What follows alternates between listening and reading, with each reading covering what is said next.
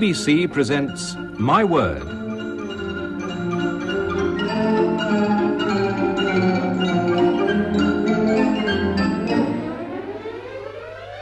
And here to introduce the programme and the panel is Jack Longland. My Word is a word game played by people whose business is words, and those taking part are Dilys Powell, Denis Norden, Anne Scott James, and Frank Muir.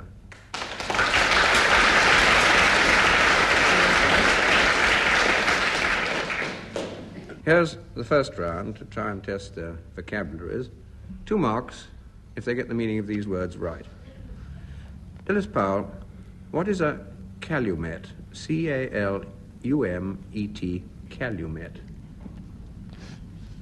You blow it. Well, you'd be very, very ill-advised if you did that. Really? Would you? Well, your knees would be covered with hot ash if you did. Pipe? Yes. It's a hot pipe. By sheer reasoning, I got that. I didn't take Latin, I took extra plasticine. Pipe, but what kind of pipe and who used it? It's one with hot ashes in it. Hot ashes. And it's a curly pipe. It's the American Indian clay-bowled, reed-stemmed tobacco pipe, in fact, the original pipe of peace. You suck rather than blow if you're wise. Denis Norden, what is Tisane? Tisane. It's a form of address, as in you, Jane, me, Tisane.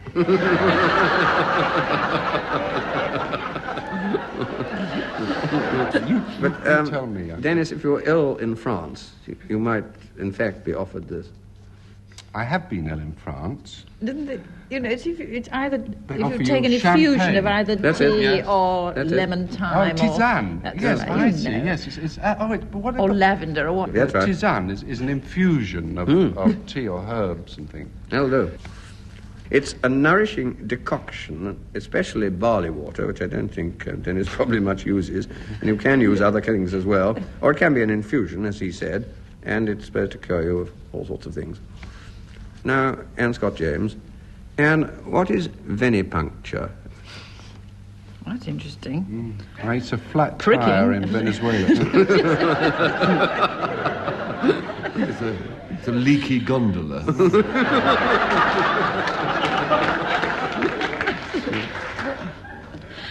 I think it's a pricking of the erotic parts of the body. That's all I think of. Yes, that's all you ever think. Oh, Veni must be something to do with love, I would have thought, or No. veins or something. No, Veins. Stick to your second Can't be idea. how boring. What? Just a sort of vein, pricking of the veins, bloodletting. Yes, Oh, how uninteresting. just easy. I mean, compared with the gondola. Well, you might do it on a gondola too, I suppose, but 2 marks. Venipuncture is puncture of a vein, sometimes with a hypodermic needle to draw blood, that's getting it out, or for putting something in, which is intravenous injection, and that's venipuncture. Frank Muir, what is Tomalley? It's where male cats congregate.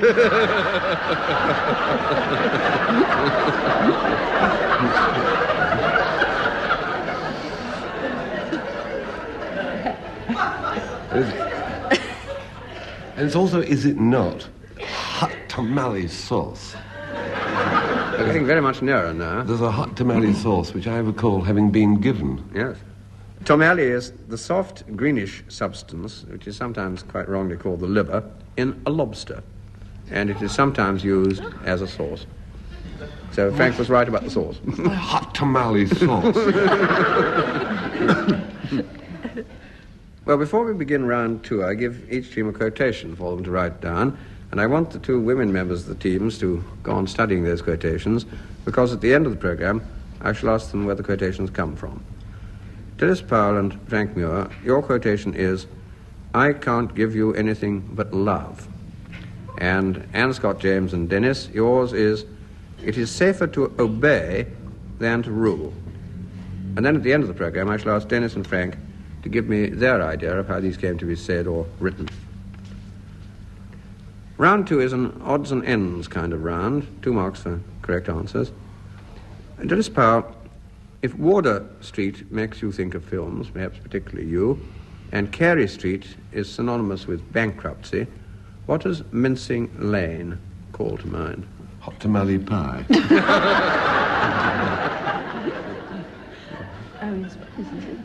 Mincing Lane is tea. Tea. Yeah. Tea. Yep. Tea, says Frank. Why? Because the tea merchants or chandlers Congregate. Well done. 2 marks you get. Mincing Lane has long been the centre of the wholesale tea trade, and Mincing Lane is used for that trade as a whole. It is, of course, a street in the city of London. Denis Norden, what is the Privy Purse?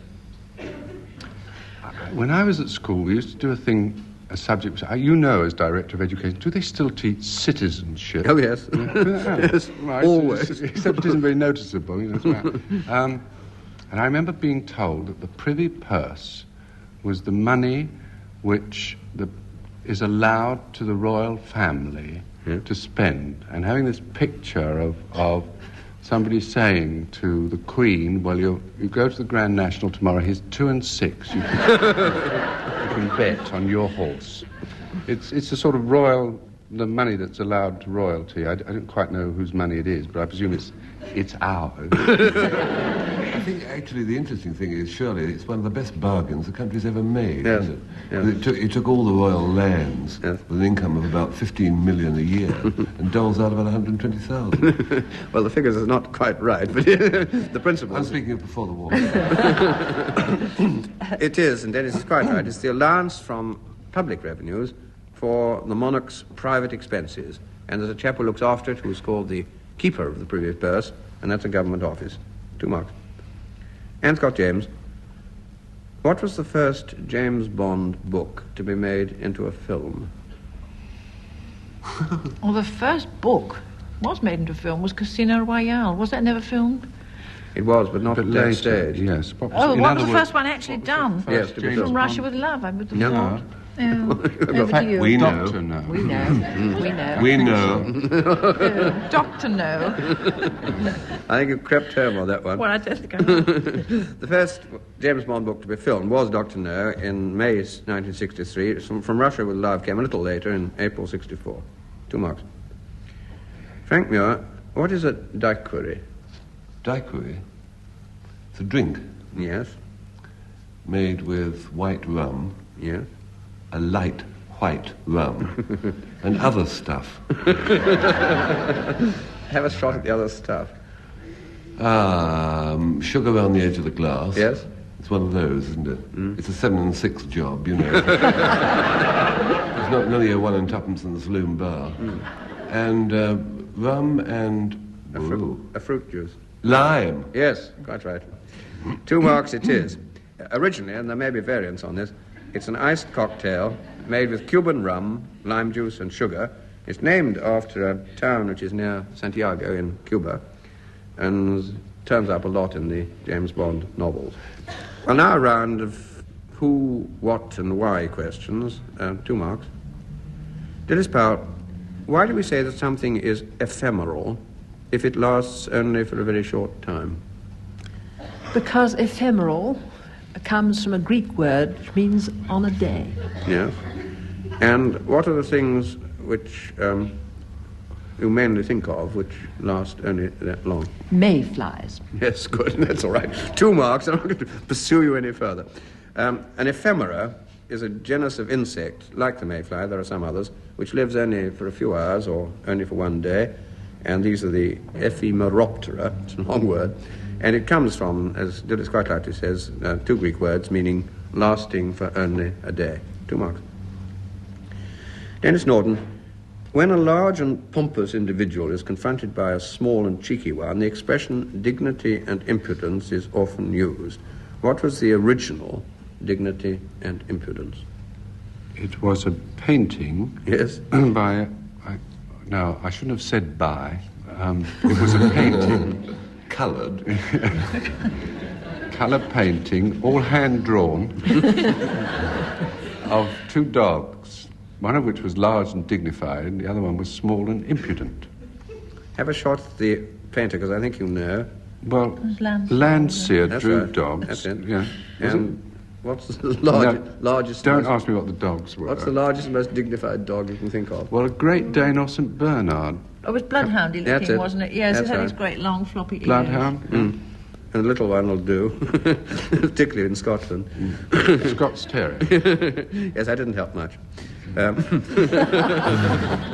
2 marks. Dignity and Impudence was the title of a very popular Victorian painting by Landseer, and the chap who also perpetrated the Monarch of the Glen, of a large and dignified bloodhound and a very small Scotch terrier, and the Scotch terrier had somehow got into the same picture. Now, Anne Scott James. Cecil Day Lewis, a very noted modern poet, has written detective novels under a pseudonym. What was this pseudonym? Oh, Nicholas Blake. Thank you very much. 2 marks it is. Frank Muir, the word facetious is an odd and unusual word, and why? Because facetious. Because I should write it down, Frank, and let me I help. don't know how to spell it. It's one of those words like awful, which has completely changed its meaning. That's quite true. That it was. It now means to make a facetious remark is to make a remark attempting and failing to be witty or humorous, whereas originally it meant, in fact, witty and humorous. Yes, it doesn't make it all that odd and unusual. Just to me. just have a look. I gasped when you said that. I thought you guys. Just have a look at the word as written down. It may help you. Oh, it's full of vowels. It's got all the vowels in. It's got the lot. A-E-I-O-U. That's it. I say, that's clever, isn't it? If you take out the F-C-T-S, you end up with the vowels in their correct order. That's absolutely it. I don't know what to give you. 1 out of 2, I think. Oh. It's the only word, as far as I know, that has all the vowels in it and in their correct alphabetical order, A-E-I-O-U. Well, now we come to the last round. We go back to those quotations I gave the 2 teams earlier in the program. For 2 marks, Dennis Powell, can you give me the origin of your quotation? I can't give you anything but love. Baby. Baby is a good thing to add, I agree. It's the only thing I've plenty of. Baby. It's a song. That's it. What sort of date, An roughly? American song. Oh, about the 20s, I should think. Yes, quite right. You don't happen to remember the authors. I don't happen ever to have known.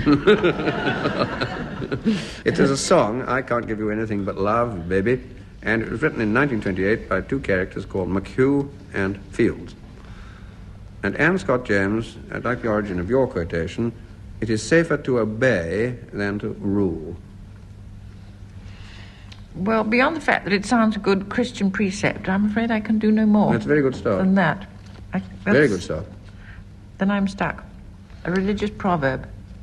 Well, for knowing its Christian origin, I'll give you 1 out of 2.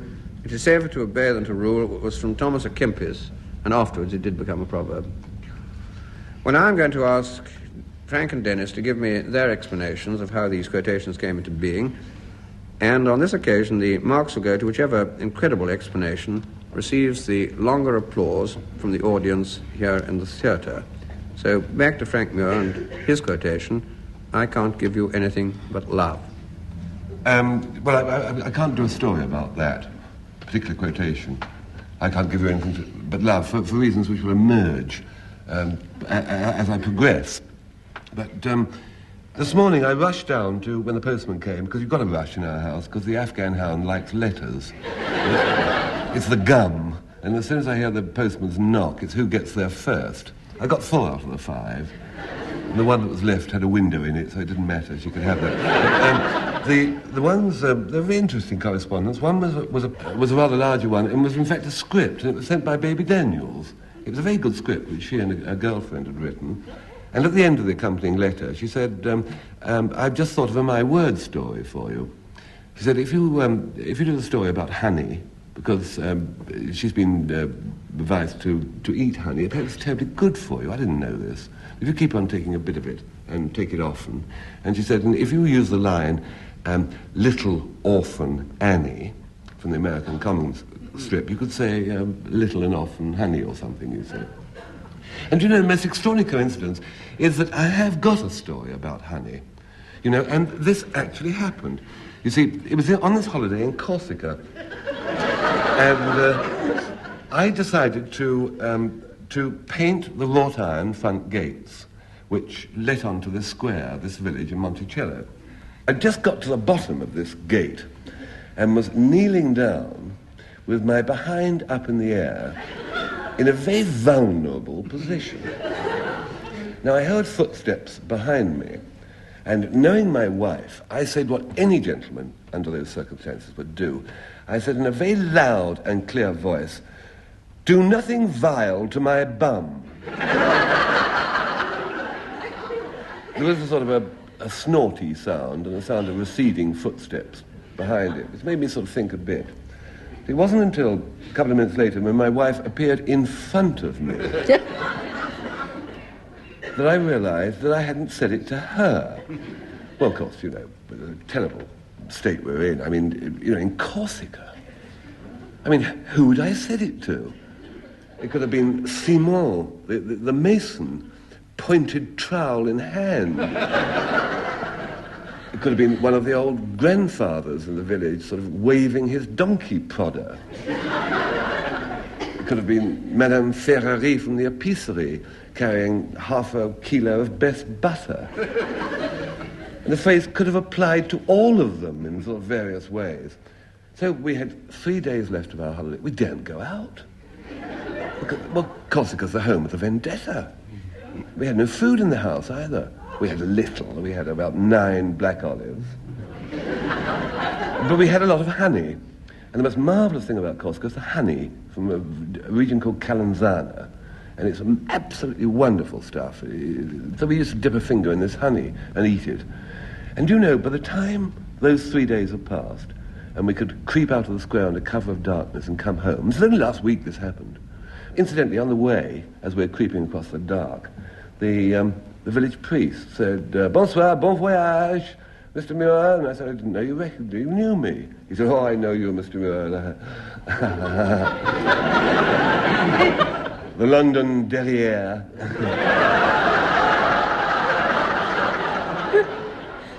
But anyway,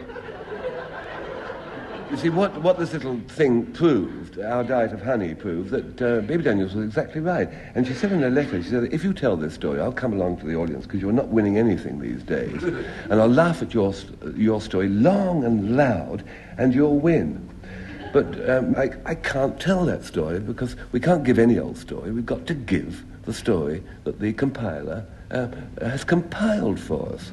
So anyway, laugh, baby. And this plea, if I can just translate it into a song which could be put to music, my plea, Miss Daniels, is I can't give your honey thing, but laugh, BB.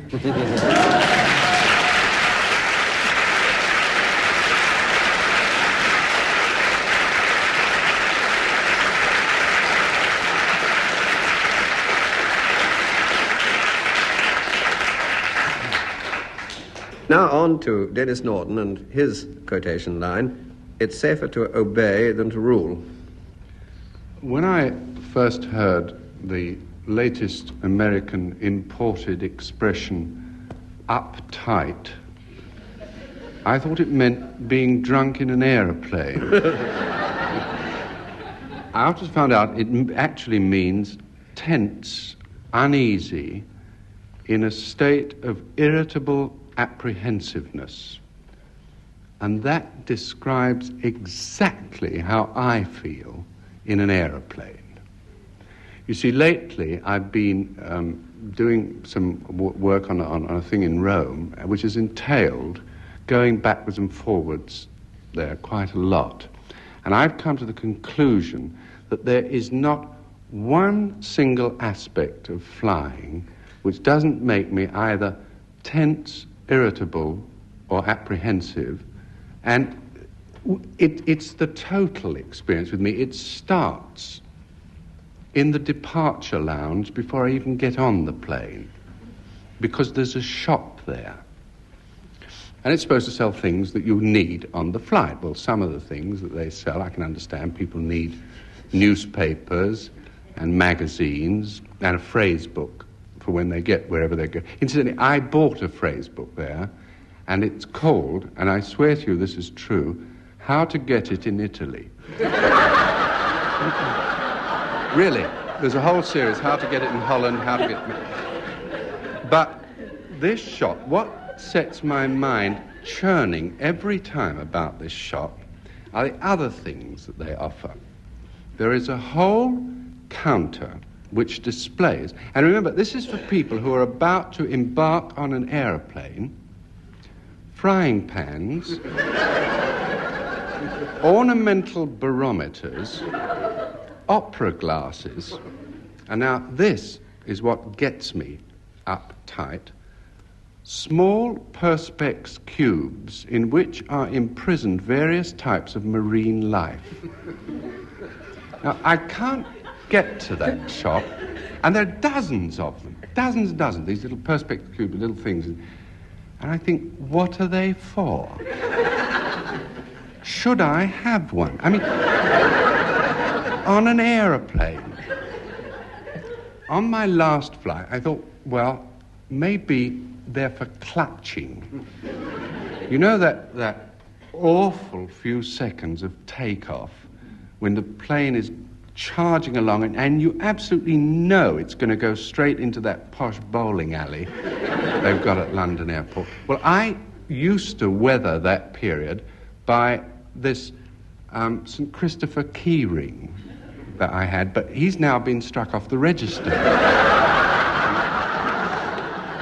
There was that edict from the Vatican in which, you know, Christopher and George, all the really sort of matey names, they got the chuck, you know. A friend of mine was going to write a song called When the Saints Go Marching Out. You know. And I thought, well, maybe there was another edict which I didn't hear about in which the protective power of St. Christopher was transferred to a small perspex cube with a seahorse inside it. And I thought, if so, why haven't I got one? One thing that's always stuck in my mind was a remark I heard a man make the very first time I ever went in an aeroplane. And he said, if God had meant men to fly, he would have given them feathers. Now, what made that remark particularly memorable was that he was the pilot.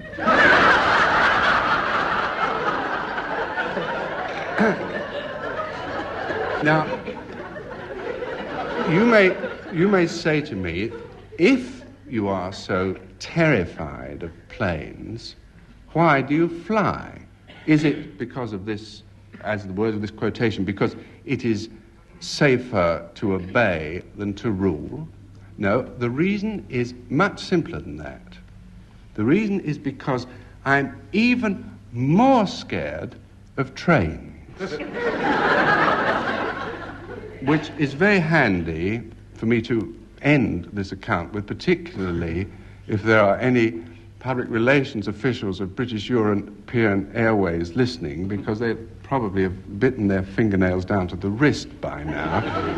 But to sum it up, my reason for this is that when you get right down to it, as far as I'm concerned, despite all the dangers, it is safer to go BEA than by rail.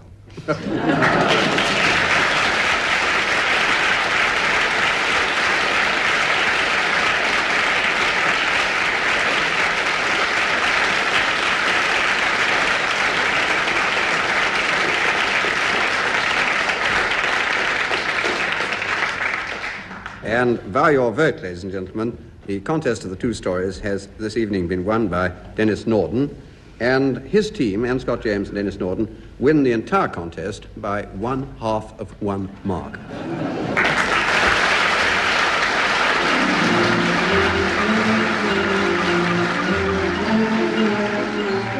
In My Word, you heard Dilys Powell, Anne Scott James, Frank Muir and Denis Norden, introduced by Jack Longland. The programme was devised by Tony Shryan and Edward J. Mason and presented by the BBC.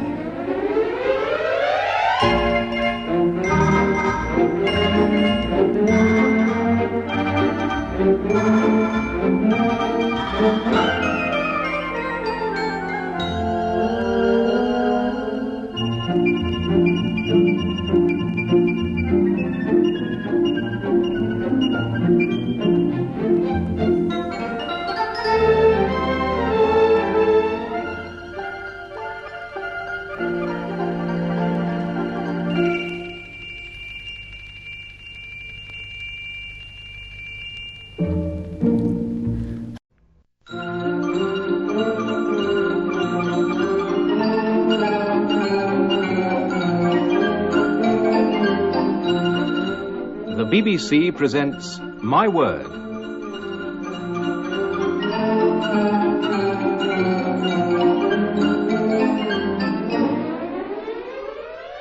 And here to introduce the programme and the panel is Jack Longland. My Word is a word game played by people whose business is words, and those taking part are Anne Scott James, Frank Muir, Dilys Powell, and Denis Norden. Round one tries to test their respective vocabularies. 2 marks if they get the meaning of these words roughly right. Anne, we begin with you, Anne Scott James. What is a Pithecanthrope? Well, it's either something in nature, I would think. It's anthropology, isn't Yes, it? that's it. Some sort of a man. Nearly. Is it a monkey? Yes, half there. That's right. It's halfway to Darwin. That's what. That's it. Yes, Yes. it's a half-developed ape or something. Well, a half-developed ape wouldn't be taking you very far. Well, it's midway between an ape and a man. That's exactly what I wanted. All right, I think you do get your 2 marks here. The Pithecanthrope is the ape-man, this hypothetical link, as they once thought, between ape and man, and it was the phrase was coined by Haeckel in 1876, and then they found a thing they called Pithecanthropus erectus, which was the ape-man who walked for the first time on his hind legs. 2 marks. Frank Muir, what is a Tetterwort? Tetterwort. Tetterwort. Tetterwort. Well, it's a bird, isn't it? No. It stays in one place. For that rumour that Shelley originally wrote his poem. But it isn't so. Hail to thee, blithe spirit, bird thou Tetterwort. Well, then it's a plant. Yes, it's a plant. A Tetterwort plant. Yes. It's a cross between a lord and lady and an old man's beard. Sown by canal banks and disused dustbins. It's the larger celandine, and it was called that because it was supposed to cure skin diseases, and the generic term once upon a time for skin disease was Tetter. Now, Dennis Powell, what is a Proa? P-R-O-A. Proa. Something Malaysian. Yes, it is. It's Malaysian. It's Malaysian, it's a boat. Well done. How does it sort of go? Forwards.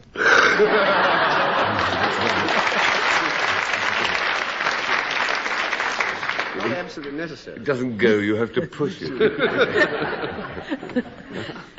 Well, it could go I think backwards. it could go backwards if you Wind. were rowing the wrong way or had the sail up the wrong That's way. it. Yeah, that'll do. The sail, No, yes. don't say any more now. That'll do. 2 marks. It's a type of Malay boat, usually, but not always, a sailing boat. 2 marks. Denis Norden, what is a Belcher? B-E-L-C-H-E-R. It's obviously not any kind of wind instrument. Wasn't it thing that Victorian navvies wore? Yes.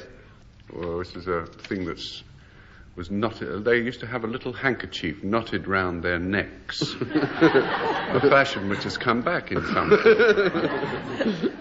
you remember why it was called that, Dennis? You're quite Well, it right. was either after Jem Belcher, who was I believe there was a painter called Sir George Belcher. Stick to your first thought, which is absolutely accurate. 2 marks it is. This is a thing and not a chap. It's a party-coloured neckerchief, usually blue ground with white spots. And it's named after Jem Belcher, who was a very, very famous boxer in the early 19th century. Before we begin round 2, I give each team a quotation for them to write down. And then I hope that the 2 women members of the teams will study those quotations, because at the end of the programme, I shall ask them where the quotations come from. Anne Scott James and Denis Norden, your quotation is, what are the wild waves saying? And Dilys and Frank Muir, yours is your journey really necessary? And then at the end of the programme, I shall ask Denis and Frank to give me their ideas of how these came to be said or written. Next round's a round of odds and ends, and again 2 marks for correct answers. Anne Scott James, the expression next of kin is a fairly everyday one, but who are your next of kin in order of precedence? Ooh, that's a nasty one. I should have thought husband and wife came first. They do. Now, parents or children? Then Children, your I should father think. and mother, I would think, in that order. No, Dennis, you're right. Children next, do they? Children, yeah, I think. Yep, that's all right. Equally, if they're both alive, that's all right. So you're both right. After that? Well, then your parents. Then, then Auntie Liz, then Oh, yeah. Cousin Winnie. You know, then your I grandchildren, do if they're something. over the age of 5. I was up and down those stairs. If I was up and down those stairs once, I was up and down those stairs a dozen times. Who was it looked after him when he was bad? All right, I think you're home. 2 marks. For the record, husband or wife first, children, father or mother, and if all that lot are alive, they all come second. Brothers and sisters, half-brothers and sisters, grandparents, uncles and aunts, half-uncles and aunts, and when you've finally exhausted all the lot and you don't know where your money's going, the crown. 2 marks. Frank Muir. Who are the Provos and where do they operate? Aren't they the young Yes. people of Dutch land? Yes. The Dutch protesters, the young people Remember, making a point against their government. do you remember anything they did or didn't do? Is that provocateurs, Provos? Nearly, yes. Provos were a society of youngsters in Amsterdam who called themselves the Provotariat rather than the Proletariat. They hated life as it is now in almost every way. They started mainly with practical jokes and all sorts of nonsense games all around the city. They had a number of bicycles which they painted white and they left round. That's like and gave people. That's right, and gave people who wanted them up. Yeah. pick them up anywhere they went. It's a marvellous idea. Very good idea indeed, this. Yeah. But after that, they went a bit sick, I think, and did a lot of riots and attacks on the public and so on. They don't seem to have any particular program. Now, Dilys, what was the Pinkham? The Pinkham was a paper or magazine, a kind of sporting paper. Yes. Do you remember what it was called? You've got it nearly. Sporting Life. Not quite. Sporting Times. Yes, that's right. Sporting Times. Yes. What was it like? What was it like? Well, it was full of stuff about sporting life and a bit rude. Yes. Alice Sloper. That'll do. 2 marks. The Sporting Times, it was disappeared quite a long time ago, was printed on pink paper, and its Edwardian readers, and those later like myself, we were taught to consider it as fast and naughty and rather shocking. Now, Denis Norden. We've heard of jumbo-sized cigarettes and jumbo jets and things of that sort. Who was Jumbo, anyway? Well, it's a name that they always call an elephant. Yes, but which elephant? Well, I would say there was quite a famous musical called Jumbo, which Rodgers and Hart wrote, with Jimmy Durante made his entrance on an elephant called Jumbo, and which was sort of a great part of the plot. And there was a marvellous song from it. 2 marvellous songs from This it. is an actual historical elephant that I was trying to get at. Well, I've showed off a bit anyway. So I can say I don't know now. All right, 1.5. Jumbo was about the biggest African elephant that anybody's ever come across, and it was for years in the London Zoo, and masses and masses of children went for rides on that elephant, but was sold by the zoo to Barnum and Bailey, and went round in Barnum and Bailey's show and circus as one of their greatest attractions, and then, very unfortunately, was run over by a railway train. Weighed 6.5 tons. Run under or run through. No, the railway train was just as badly damaged as poor Jumbo. Had to shoot the railway train.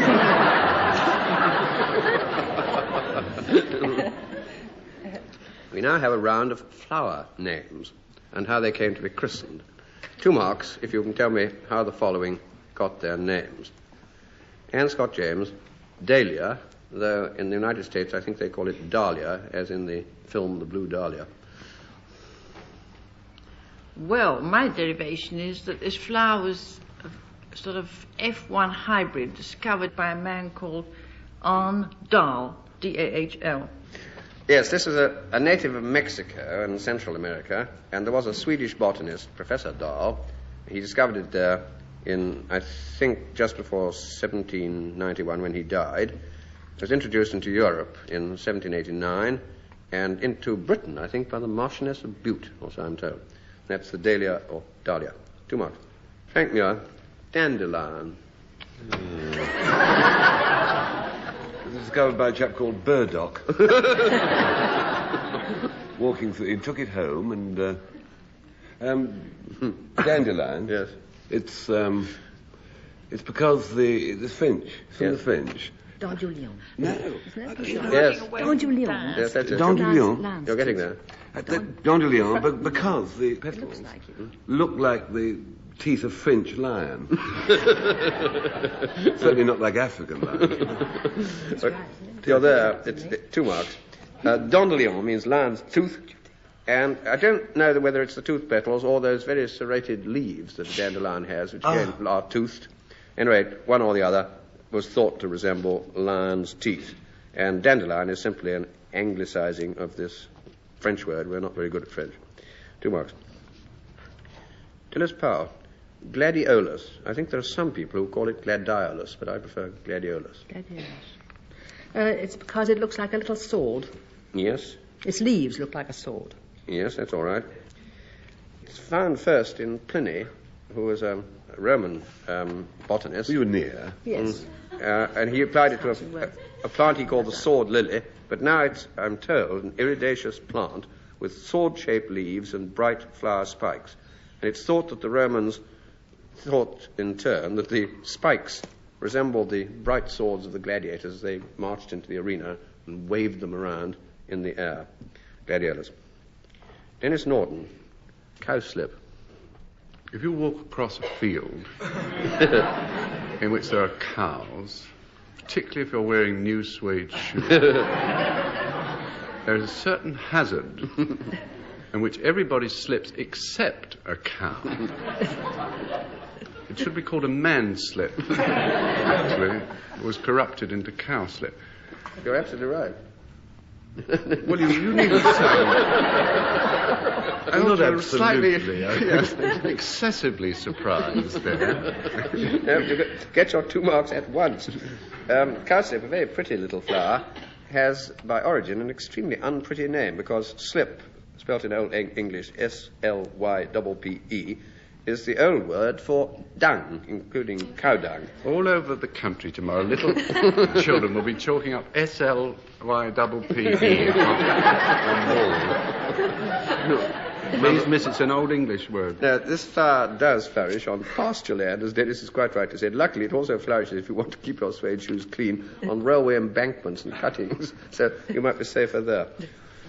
We come now to the last round and go back to those quotations I gave the 2 teams earlier in the programme. 2 marks, and Scott James, can you give me the origin of the quotation, "What are the wild waves saying?" I should think it's in the Oxford Book of English Verse. Yes. Around the Victorian period. 1 out of 2 for knowing it's a Victorian poet, but it's by a chap called Joseph Edwards Carpenter, who was born in 1813 and therefore does qualify as a Victorian poet.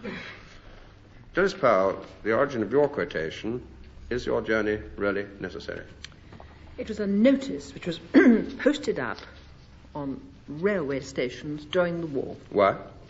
so that you shouldn't travel unnecessarily and clutter up the trains. Yes, absolutely right. This was a famous wartime poster, for those who are too young to remember the last war, to cut down civilian travel at a time when the railways were being used for a great deal of troop travel as well, and possibly on road travel, so as to avoid using up too much petrol. Well, now I'm going to ask Dennis and Frank to give me their explanations of how these quotations came to being. And in this round, the marks will go to whichever incredible explanation receives the longer applause from the audience here in the theatre. So back to Denis Norden and his quotation. What are the wild waves saying? Well, I can't tell you how relieved I was to hear that quotation on this programme, because what it means, the very fact that it's in the programme, it means that a very good friend of all of us here is now well on his way to recovering his, and let's not put too fine a point upon it, sanity. And I refer to the man who, for many, many years now, has made up the questions, not only for My Word, but for its sistership, a program called My Music.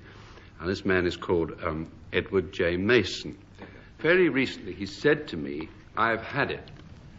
I said, well, congratulations, because we're both... He said, no.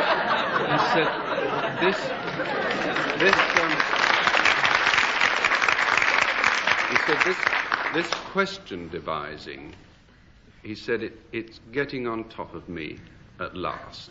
I said, oh, come on. I said, it can't be all that difficult. He said, it is the way I do it. And then he made an astonishing confession.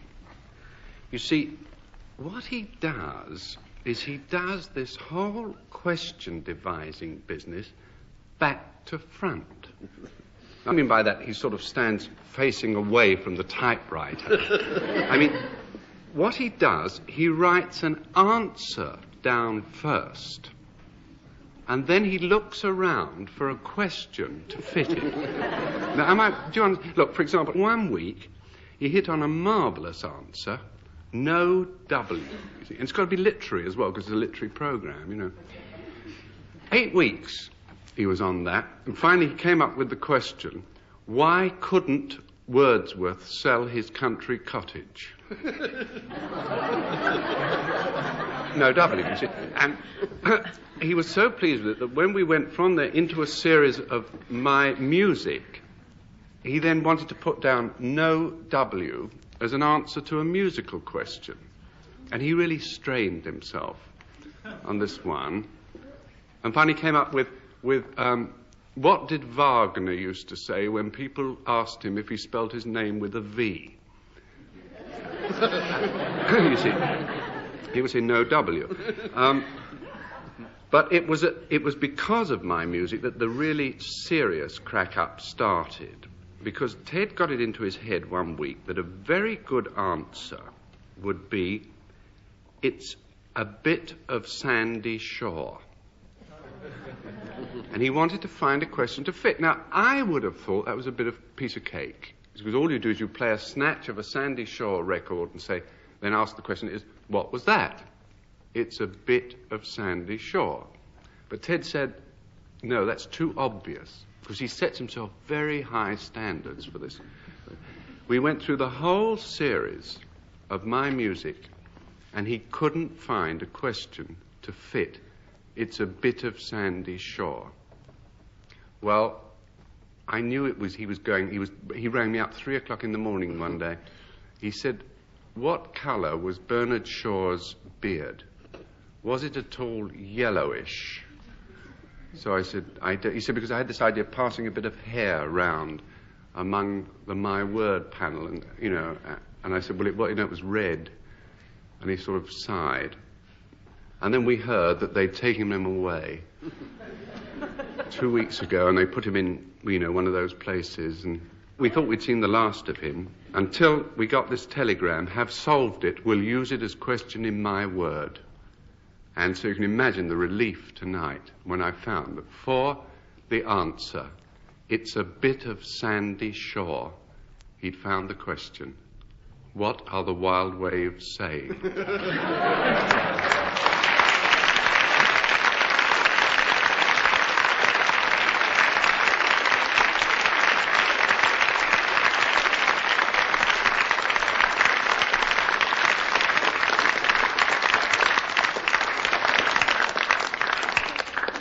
That's such a libelous account of Edward J. Mason that if this were telly, I'd bring him on to dance a can-can in front of you.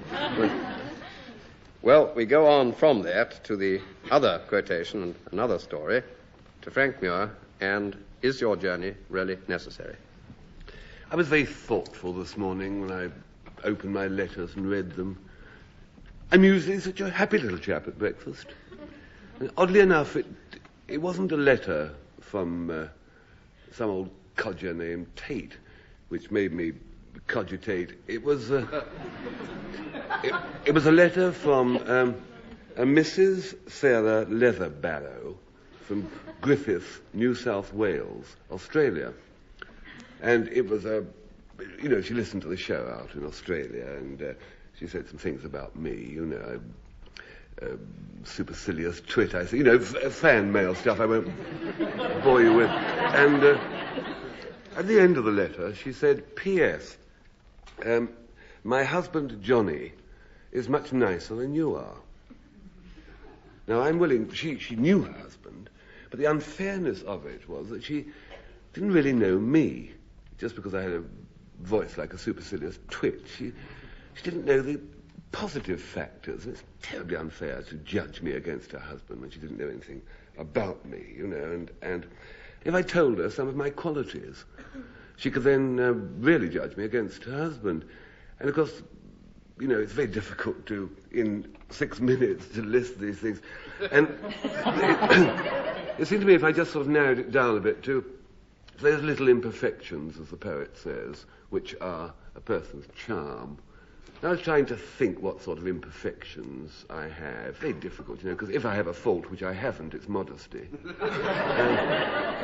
It seemed to me that because I'm 6'7" tall, rather Grecian face, I would say, rather sort of noble, slightly marred by a roguish tendency to smile. Really a sort of combination, I suppose, between Lord Byron and Nellie Wallace. I have some rather tiny holes on my forehead, which have healed up, but some rather fresher ones on my Adam's apple, which still bleeds slightly. But the reason for these is that my wristwatch broke, and I sent it in for repair, and it took a month.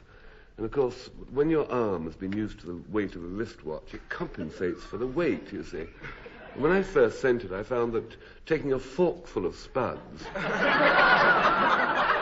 and shoving them in my mouth, I forked my forehead. But I overcame that after I had these rather group of holes in my forehead by sellotaping fivepence around my wrist, which compensated. But apparently the watch was broken, and I had to buy a new one, which was rather heavier. So my Adam's apple at the moment. But I'm going to cut half a bed spring and tape it under my left arm. I think that'll be all right. My left nostril is slightly wider than my right. The reason for this is that my teeth don't meet in the front. If I clench my teeth, the back ones meet, but there's still a gap in the front ones. So when I eat corn on the cob, I have to turn the cob facing north and south, sort of vertically, and using the left-hand front tooth as a chisel, I have to poke the cob upwards, you see. And sometimes, I poke a bit too hard and it stuffs up my nose. And really the only other delightful little peccadillo I have is that I really do have I'm a virtuoso snorer. Now, like most chaps, I didn't believe I snored at all, but my wife recorded me about 2 months ago. A full half-hour tape. It's the most fantastic sound. There were deep booms, and you could hear jet engines revving up in the back. But, it pays, Mrs. Leatherbow, this is the point, because we've lent the tape to the BBC, and they used part of it for the sound of a dinosaur with its foot caught. So really, be fair, Mrs. Leatherbow. I mean, there are a list of my qualities. Weigh those up in your mind, Mrs. Leatherbow, my dear Sarah, and ask yourself again the question, is your Johnny really nicer, Sarah?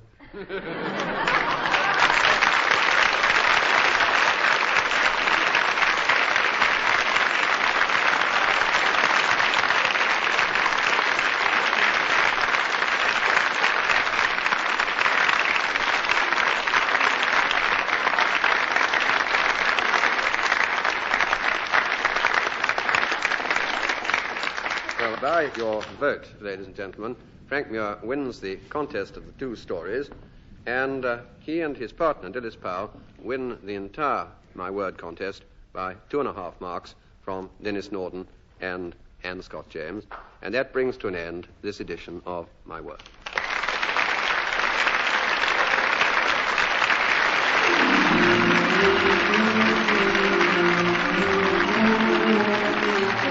In My Word, you heard Dilys Powell, Anne Scott James, Frank Muir and Denis Norden, introduced by Jack Longland. The programme was devised by Tony Shryan and Edward J. Mason and presented by the BBC.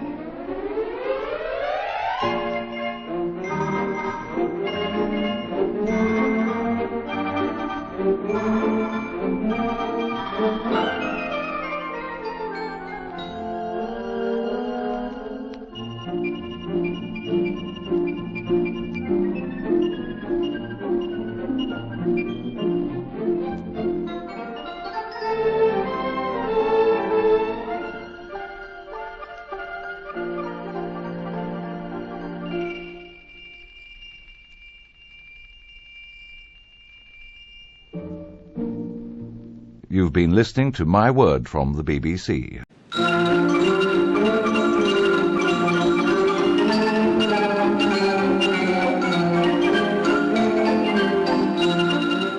The BBC presents My Word.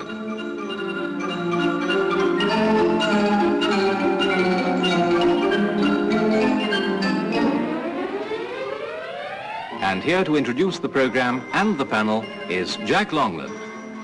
My Word is a word game played by people whose business is words. Those taking part are Dilys Powell, Denis Norden, Anne Scott James, and Frank Muir.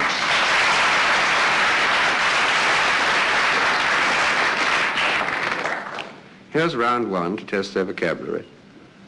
And they get 2 marks if they get the meaning of these words approximately right. Beginning with Dilys Powell. Dilys, what is a jocko? J-O-C-K-O. Jocko. It's an affectionate term for a Scot. Yeah, but I want something a bit more, I don't know, zoological. It's a monkey. Well, what kind? A chimpanzee. Yes, absolutely right. It is a chimpanzee. It was a mistake made by a famous French lexicographer called Monsieur Buffon. It comes from Gaboon, not baboon, Gaboon in West Africa, from a native word Nicheko, and that somehow he turned into Jocko. Jocko, chimpanzee, 2 marks. Denis Norden, what do you understand by pintado? P-I-N-T-A-D-O. Might be pintado, but I think it's pintado. If you're not sure, honestly, I don't really understand. Oh, yes, I do. Yes? Yes. Zane Grey. Pintado was a pony. It was some type of thing that cowboys rode. It used to be, you take the Pintado and we'll head them off to the gulch, It comes in Shakespeare, doesn't it? No, it's his wrong scent. I'm awfully sorry. It's paint. Yes, it is painted. It's paint. It's Spanish for painted, actually. That's absolutely and that's right. why they call the horses old paint. They do. It's absolute fact, no? Yes, but this one takes off, which horses don't. It's a birdie. Yes. A brilliant coloured bird. I bet it's also a pony as well. Well, it's a pony or it's a peacock. bird. Now, Anne, you've had this in expensive restaurants to print their menu. Peahen. Speckled black and white looking grey. Oh, it's not a pheasant. No, that isn't it. Partridge. No. Come on, keep weaving. I know a robin and a seagull. It's not a pigeon. As far as I go, all mythological. I have tried awfully hard. I'm getting Yes, you 1 have. mark out of 2, and that's pretty generous. It is normally the guinea fowl, and it does mean painted, though apparently only painted in monochrome, black and white. It could be a kind of petrel, the one that's called the Cape Pigeon, and it does mean, as Denis quite rightly said, painted from the Portuguese. Anne Scott James, what is sepulture? S-E-P-U-L-T-U-R-E, sepulture. Well, it means burial. Yeah, just that. 2 marks. Frank Muir, what is balm? B-A-R-M. Balm. It's it's a sort of piece of music or a word of a lyric sung by Les Compagnons de la Chanson in a famous record called Les Trois Cloches, isn't it? All the chapel bells were ringing, and all the others go, balm. For Jimmy Brown, balm. It's also what you are, what you're like when you're balmy. Yes, It's something like sort of it's part of a beer. Yes, it is. Which bit? It's hence somebody who helps serve beer is a barm aid. It's either the yeast or the lees or the No, I stick to the first. maltings. Yeast, the yeasty bit. Yes, it's the yeasty bit. That's good enough. You just creep home. You get 2 marks. It's the froth, which comes up when malt liquor is fermenting and can be used for leavening bread or fermenting other liquors. And balmy really means somebody with a head full of that kind of froth. Well, before we begin round 2, I give each team a quotation for them to write down. And I want the 2 women members of the team to go on studying those quotations, because at the end of the program I shall ask them where the quotations come from. Dilys Powell and Frank Muir, your quotation is, "How to win friends and influence people." And Anne, Scott, James and Denis, yours is, "Wonders will never cease." And then at the end of the program I shall ask Denis and Frank to give me their idea of how these came to be said or written. The next round's about origins and derivations, and 3 marks this time because it's a bit more difficult. I want members of the team, first of all, to give me the present meaning, and then give me the origin and derivation of some words or expressions or phrases. Dilys Powell, cenotaph. Why is it so called, and what is it? A cenotaph is a memorial over a grave which has nobody or nothing in it. Yes? And it comes from the Greek, which means kenos, which means empty, and taphos, which means a grave. Absolutely right. And if I said not a, but the cenotaph? Well, then you would refer to the, in this country, at any rate, to the one in Whitehall. Yep, well done. 3 marks. Denis Norden, to nip something in the bud. That means to arrest the progress of something while it's still at a very early stage. Yes. I take it that it comes from gardening to when a plant is only at the bud stage. If you were to nip it, you wouldn't do it very much good. Well, the frost probably would be. The frost gets it. But you know about all I know about gardening is leaning against a tree. Well, we're always going out in sort of April or May and saying, You're always doing it. look it, the frost has nipped ye roses in the bud. Yeah. That's right. The darling buds of May. Would it be that? Or is it much more obscure? No, it's absolutely right. Nipping something in the bud is destroying it before it's had time to develop, and usually means you have evil intentions in doing this. And it can be, as Denis said, either a late frost, which suddenly comes on ripening flowers and fruit and kills them, but it can come from good horticulture too. That is, nipping certain buds, certain early buds, in order to hold back and therefore to strengthen the plant so it may in fact flower or fruit better. And you say disbud. Yes, I think I would, but it can be Now, also I nip in the might, bud. out of enmity and rage, go and nip Frank's roses in the bud. Creep over the fence one night. Yes, the dictionary is against you. I mean, a disbud is also given, I quite agree. 3 marks. Anne, Scott, James, Lido. Well, a lido means a Cinema. sort of beach. It's a beachified spot on either sea or lake or river or serpentine. And I thought it came from the Lido, which is the beach, the play part of Venice. That's absolutely right. It's now used generally to denote any kind of outdoor bathing pool, usually with also ancillary sunbathing, refreshments, amusements and so on, perhaps run by your urban district council or the like. Please wash your feet before entering the water. That's it, absolutely right. But it does come from this particular Lido outside Venice, facing the Adriatic, which is a sandy island which bars the entrance to the Venice Lagoon. It's not the only Lido, there are several others on that Adriatic coast. 3 marks. Frank Muir, stalemate. It's a sort of poetic reply to "Tell me where is fancy bread." Well, stalemate.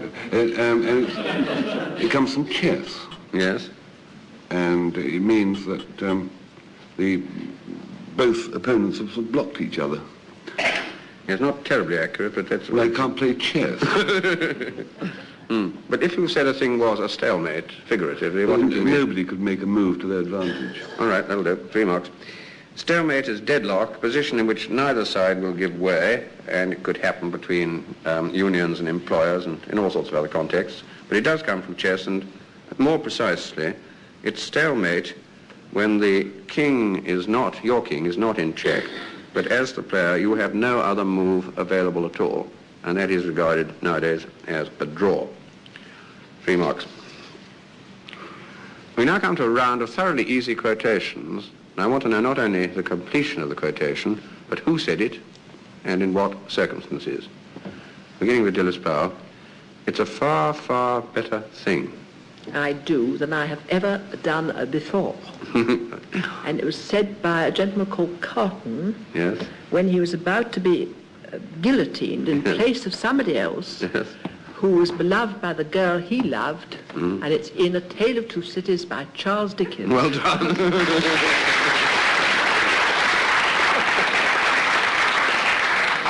Denis Norden, you will, Oscar. There should be another you will, Oscar. You will, Oscar, you will. I can't remember the remark, but it was Whistler who said something extremely witty, and Oscar Wilde said, "I wish I said that," to which Whistler replied, "You will, Oscar, you will." Absolutely right. 2 marks, no comment. And Anne Scott James, I have nothing to declare. I have nothing to declare but my genius. That wasn't it on Wilde's visit to America? Yes, it was. And he said it in the Asked him if on he the had- customs. I You think try he it did at say London that. Airport. Yes. I tell you, they don't take kindly to it. We better go at that one. There's a marvellously witty man called Monia Danishevsky, and he saw his wife off to fly to Switzerland recently, and just as she disappeared into customs, he ran after her and shouted, "Don't let them stale your infinite variety."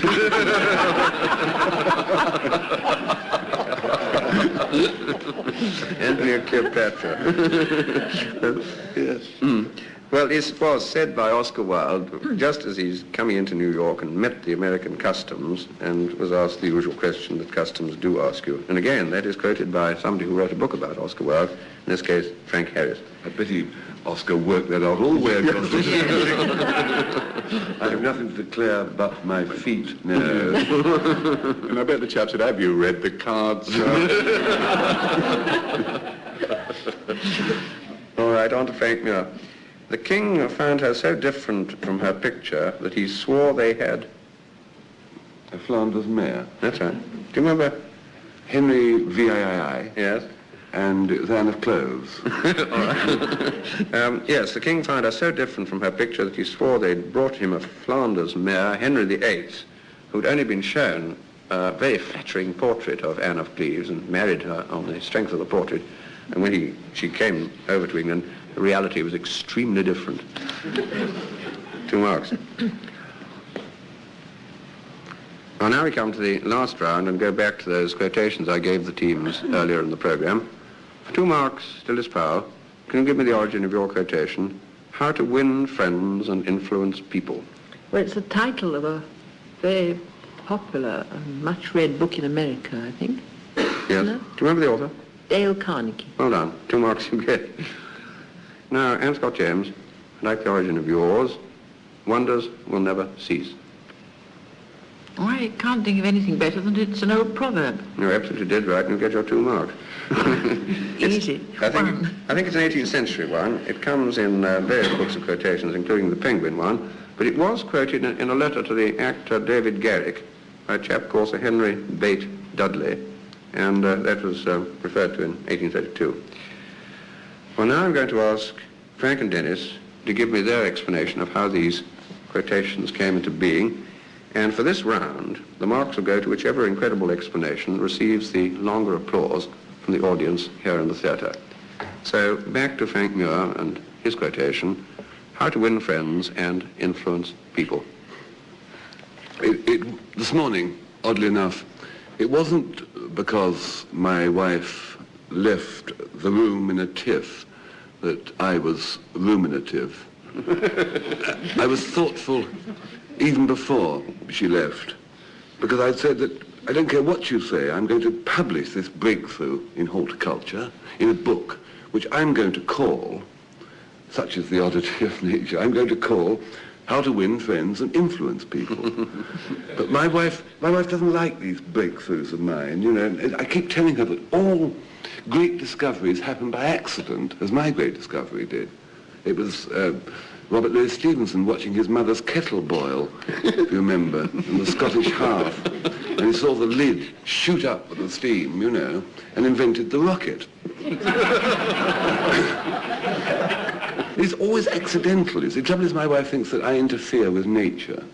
But I think you can improve nature if you can just do this accidental breakthrough. The trouble was our shrubs in our garden, you see, which are all sort of rather dirty, rather dreary green leaves, and some rhododendrons, which are those sort of ponticum wild sort, which are this awful mauve, that dreadful, gloomy French funeral mauve, sort of dark purple colour, dirty purple. And I tried to do something about these and liven them up, you know. And so I rang up this, one of these horticultural magazines, the Amateur Horticulturalist, whatever it's called, and asked them, and they said, well, because the trouble is the shrubs probably aren't being fed enough. Feed them some liquid manure. Just sort of feed it in about twice a week when the sun's gone down, just around the stems. So, you know, I got out the plastic bucket and the Coke shovel. Have you ever tried searching for a horse these days? There just are not the horses about. I was wandering around with my little plastic bucket and my Coke shovel. I followed a rather dreary fat pony, ridden by rather a dreary fat girl, for about 5 miles. There'd been something wrong with that horse. It would have been eating my boiled eggs. Nothing. Nothing. Eventually, I popped down to a local farm and made do with some Guernsey cows they've got, and some pigs and a dog and a parrot, oddly enough. And I had about half a plastic bucket full. So I came back and went to the kitchen and put it in the liquidizer and switched it on. There's some quite interesting things to be learned when you do that, you know. One thing that hadn't occurred to me before is that before you switch the liquidizer on, you should put the lid on. Another quite a good tip is always put a cap or a hat on before trying to scrape manure from the kitchen ceiling. So obviously liquid manure wasn't the answer at all. And so I rang up our local sort of professional gardener, his name is Mr. Bentley, and I said, Mr. Bentley, how do I feed my these terrible shrubs, these awful leafy, dreary things, and these purple ponticums? And he said, what you want to do, you want to dig in shredded peat. Now, unfortunately, he'd had a front tooth out that morning, and if you've got a front tooth missing, you can't pronounce hard consonants like peat. It came out very soft. You see, you've got to dig in. Wheat, you say. Well, I got a whole lot of this sort of kitchen breakfast cereal stuff, which seemed to correspond with what he said, and dug it in religiously for about a fortnight round these sort of grassy shrubs and round the ponticums. Do you know it worked? All the green started to go yellow around the edge. All the leaves, really a complete change. And the purple ponticums, instead of being funereal purple, were sort of gay, lively purple. Not like a Victorian widow towards the end of mourning. Rather gay purple. And I realized I'd had a terrific breakthrough here. That I'd converted leafy shrubs, converted their way of eating. I got them onto solid foods. And I changed the purple of purple ponticums. And that's why I said to my wife this morning, and I'm going to give this secret to the world in a book. And I'm going to call it How to Wean Fronds and Influence Purple.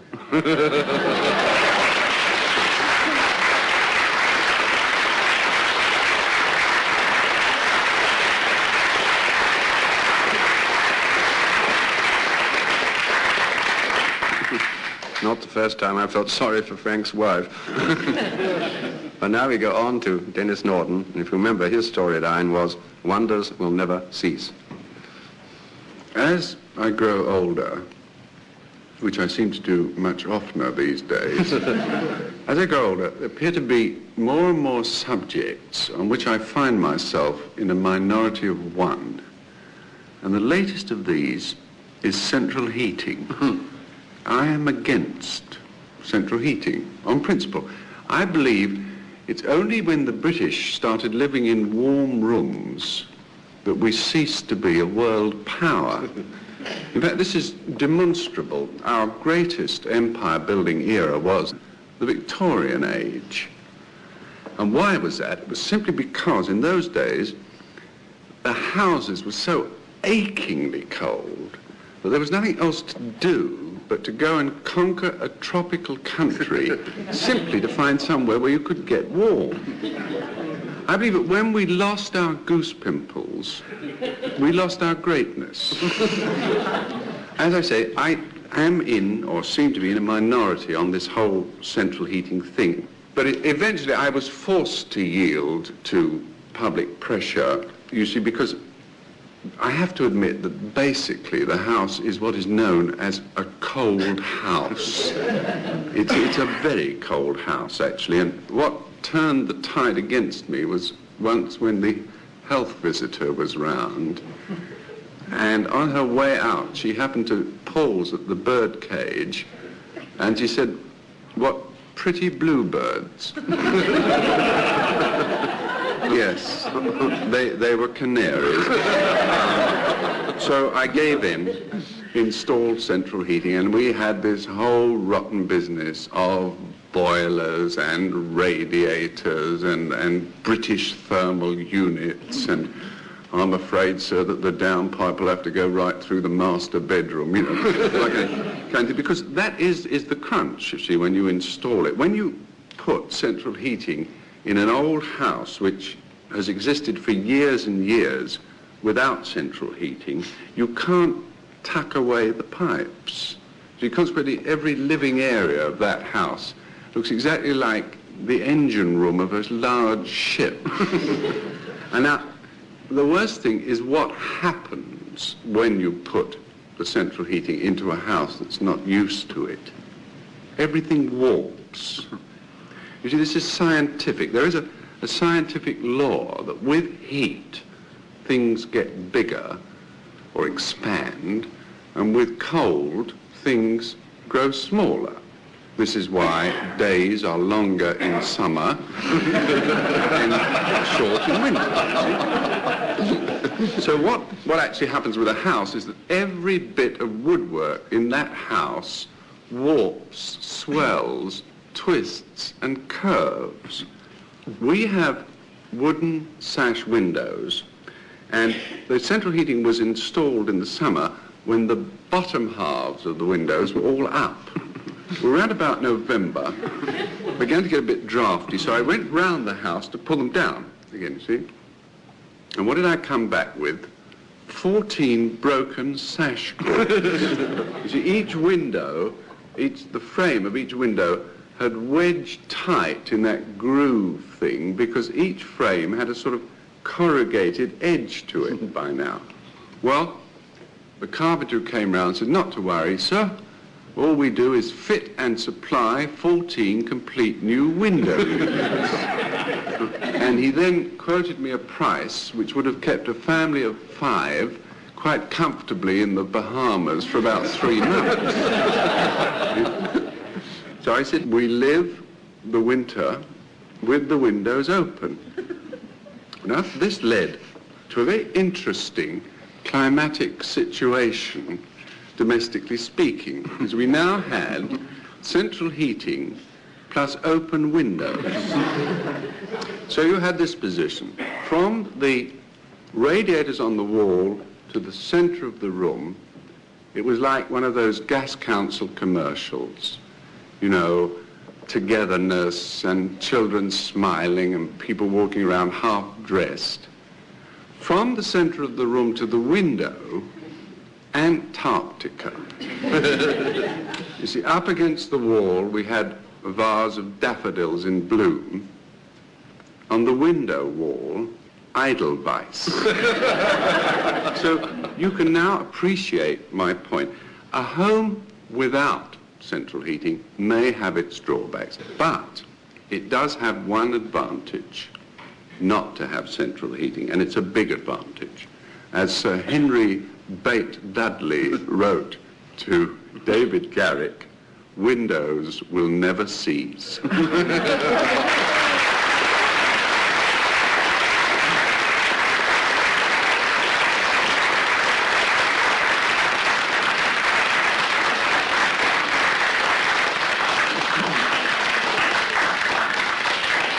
Well, ladies and gentlemen, by your vote, the story contest is won by Denis Norden, and he and his partner, Anne Scott James, win the entire contest by 1.5 marks, and that brings to an end this edition of My Word.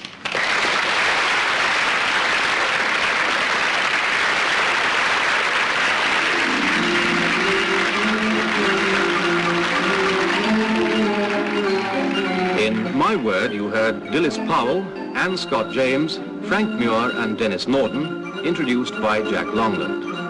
The programme was devised by Tony Shryan and Edward J. Mason and presented by the BBC. You've been listening to My Word from the BBC, heard each week at this time. This is the WFMT Fine Arts Network.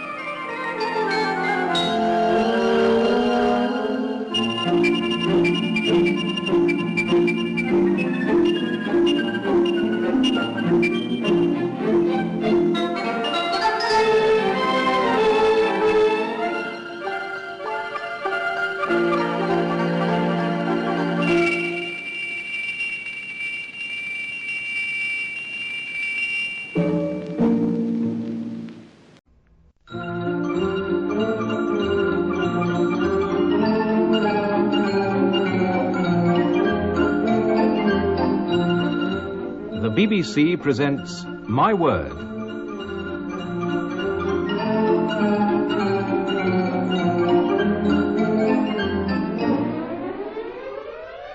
And here to introduce the programme and the panel is Jack Longland. My Word is a word game played by people whose business is words, and those taking part are Anne Scott James, Frank Muir, Dilys Powell, and Denis Norden.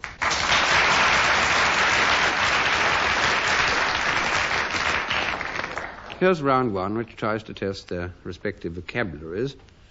2 marks if they get the meaning of these words reasonably right.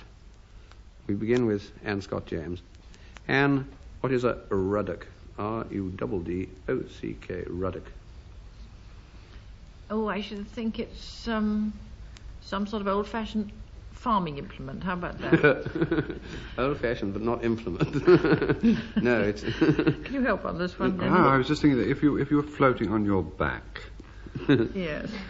And you wanted to steer... You want a rudder? And you want a rudder, where would you put it? And if so, could it be described as a rudder? There's one that has territory in your garden. Oh, it must be a birdie. Yes. Ruddock. In my garden, we've got very boring lot of birds in the garden. We've got sparrows, robins. Yes, stick to that. A type of sparrow. No. The passerine. No. A robin. Oh, it's an old-fashioned word for a robin redbreast. 1 out of 2. That's indeed what it is, and it goes back to about the 17th century, and sometimes it was used for a gold coin, because it was supposed to be fairly ruddy if you were lucky enough to have one. It's also a species of toad, but I wouldn't worry about that. Frank Muir, what is a runcible spoon? Runcible spoon is a Learish implement, and it means a bifurcated spoon. A bit of a hush there, wasn't there? All over the place. It's a spoon which is split in the middle like a fork. Yeah. I think that's all right. I think that's good enough. Nowadays, this is a kind of fork spoon with 3 very broad prongs. But one has a cutting edge and is hollowed out just like a spoon.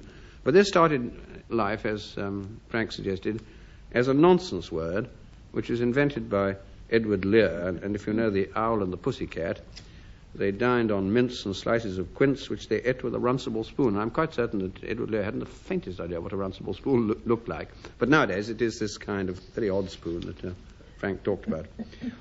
Dennis Powell, what is a toxophilite?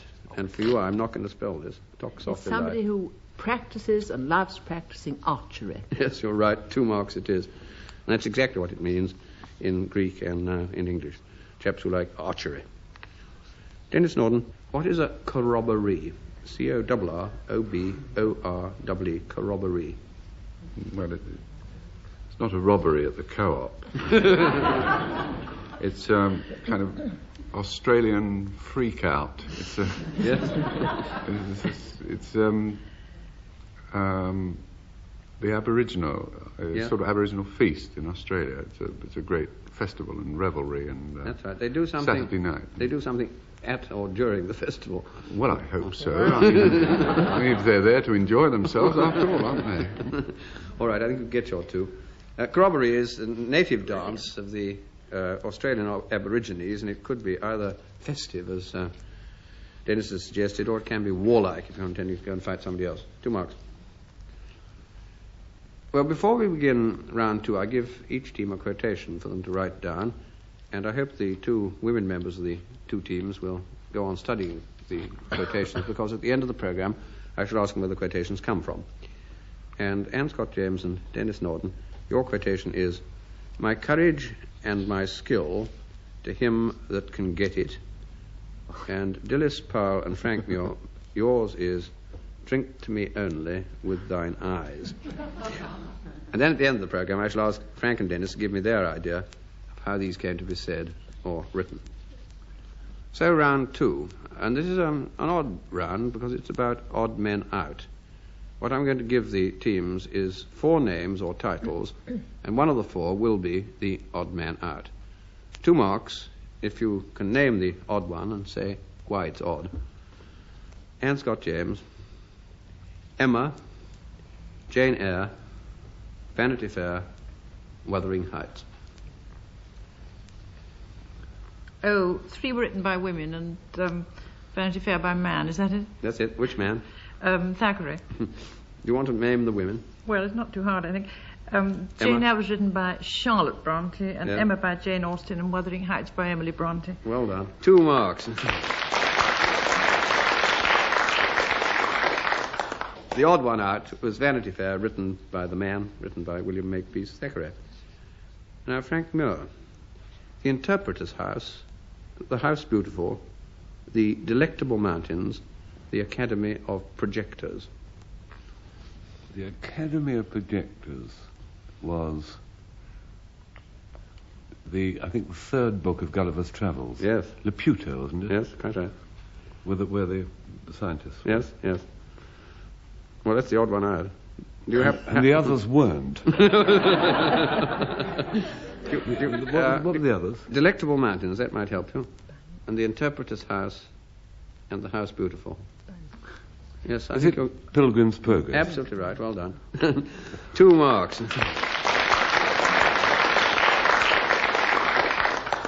The Interpreter's House, The House Beautiful, and The Delectable Mountains were stages through which Christian passed in Pilgrim's Progress by John Bunyan. And the Academy of Projectors is quite different. It's in this savage satire of Dean Swift, Gulliver's Travels, this 3rd voyage, and the Academy of Projectors was at Legado, the capital of that country, where professors were engaged in extracting sunshine from cucumbers and various things like that.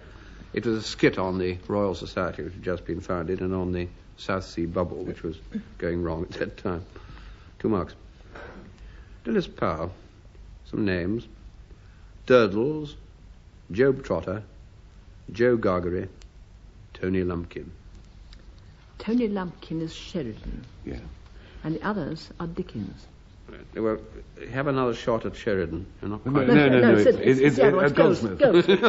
Goldsmith. Tony Lumpkin is the squeeze of a lemon. She stoops. She stoops to conquer. All right, yes, all right, you get your 2 marks. Well done. Tony Lumpkin, as his name suggests, is the lumpish country squire's son. In Goldsmith's She Stoops to Conquer, who sings drunken songs.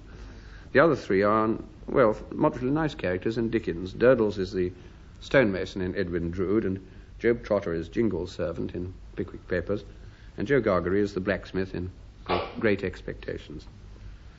Now, lastly in this round, Denis Norden, John Masefield, Robert Southey, John Keats, William Wordsworth.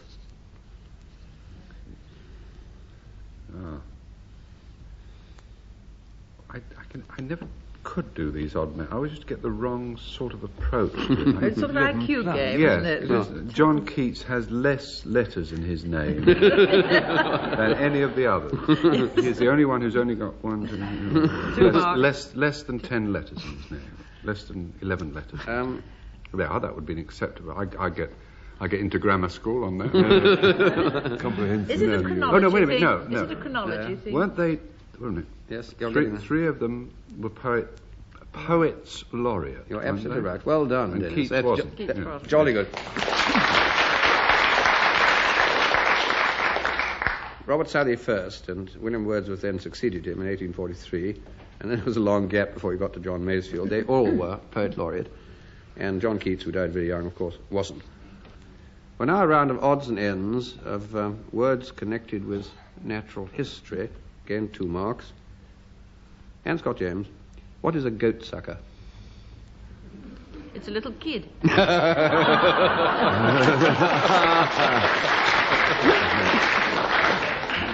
Well, when the little kid is not there or has grown up a bit, there is a more sinister character who is around. In natural history? Well, natural... Or mythology? Or legend. just superstition and legend that we're Superstition talking and about. legend, yes. It was one of these things like, what's the things that's supposed to milk cows at night? Yes, that's right. What's Oh, that a werewolf or something? No, a will-o'-the-wisp or a... I don't think you're going to get... Something unlikely. don't. A goldfish. Perhaps it's a kind of flower. No, I think what Dennis was thinking of was the hedgehog, which Oh, is that's supposed to milk cows, but this was goats, which is different. Now, this is a nightjar, or birds like it, nocturnal birds, looking rather like a swift. One of them is the nightjar. It was a nickname given to the bird, right back in ancient Greece, because they really did believe that the bird sucked goat's milk by night. So it belongs to a genus called the Caprimulgidae, which simply means sucking goat's milk. I can't give any marks to that, I'm sorry. Frank Muir. Yes, Jack. What's the difference, Frank, between a glowworm and a slow worm, and what's the same about them? The difference is they got different names. But there's a difference in ends, isn't there? Yes, there is. The function of the ends are different. Yes, quite different. Because the glowworm, I think, glows, doesn't it? Yes. And that is the obverse end from the head. Yes, right. Yes, quite right. And the slow worm doesn't glow. That's perfectly true. It doesn't glow, though. Yes, but what's the same about them? Well, they're not, in fact, worms at all. That's all right, yes. A glowworm is, in fact, an insect. It's the wingless female of a coleopterous insect, and it emits a green light from its tail at night, which is a very remarkable thing to do, whereas the male is completely lightless. But the slow worm is a legless lizard, and they're both called worms, but in the normal sense of the word, neither, of course, is a worm at all. Dilys Powell, what is a katydid and why? It's a bird. Is it a bird? No, it's not a bird. It's Australian. You couldn't be further wrong, yeah. What case it's a thing, grasshopper thing. Yes? Is it? That's right. South Yeah. America. That's it. South America. There's a book about it, what Katie did. I think I'll mark you straight away again before you go too far. 2 marks. It's, I think, in South America, but it's certainly a North American, large green tree grasshopper, and it's called katydid because it rubs its wing covers together and it makes this extraordinary noise, sort of katydid, katydid, katydid. And that keeps you awake at night in North America. Denis Norden, how would you put a monkey on a racehorse? Gingerly. It's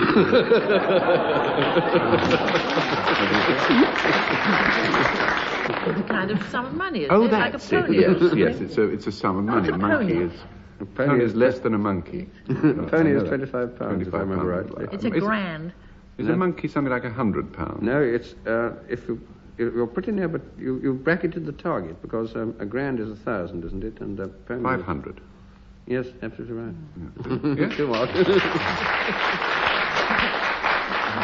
Now we come to the last round and go back to those quotations I gave the 2 teams earlier in the programme. 2 marks, and Scott James, can you give me the origin of your quotation? My courage and my skill to him that can get it. Well, almost anybody could. No, some mercenary soldier could. No, you've had it already this evening. We've had it already this evening. We've had the book it comes from this evening. My courage and my skill sort of to him. Farish back, I mean, yes. 300 years. Yes, that's about right. 20 minutes ago. Yes, that's right. We don't remember the character who said it. I'm not certain I do either. But well, if you don't know, let's just say Christian. I mean, let's just say. All right, let's give you your 2 marks. This is Pilgrim's Progress at the end, I think, of Volume 1, when one of the great characters passes over the river into heaven. And I think it's Mr. Standfast, but if anybody writes or rings me up and says it's Mr. Valiant for truth, I'm not absolutely certain, but I'm backing Mr. Standfast at the moment. My courage and my skill to him that can get it. Well, now, Dilys Powell, I like the origin of your quotation, drink to me only with thine eyes. It's a poem by Ben Jonson. Remember where he got it from? Where he got it from? Did he have to get it from anywhere? Yeah. Really? I just thought he dreamed it up. No. He didn't. It isn't part of your 2 marks. You've got your 2 marks rather easily. Well, now we can try anything now. No, it is Ben Jonson, drink to me only with thine eyes, and I will pledge with mine. And I was rather disillusioned when I found it was an absolutely literal translation from a bit of Greek lyric. Really? But he did it very nicely. Well, now I'm going to ask Denis and Frank to give me their explanations of how these quotations came into being. And on this occasion, the marks will go to whichever incredible explanation receives the longer applause from the audience here in the theatre.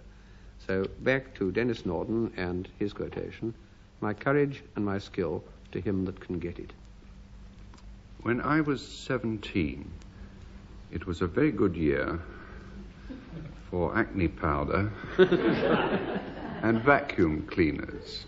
You see, at that time, the middle class were just about getting into their stride, and the mystique of the status symbol was just beginning to take hold. And the first status symbol that I can remember in my middle-class family was a vacuum cleaner.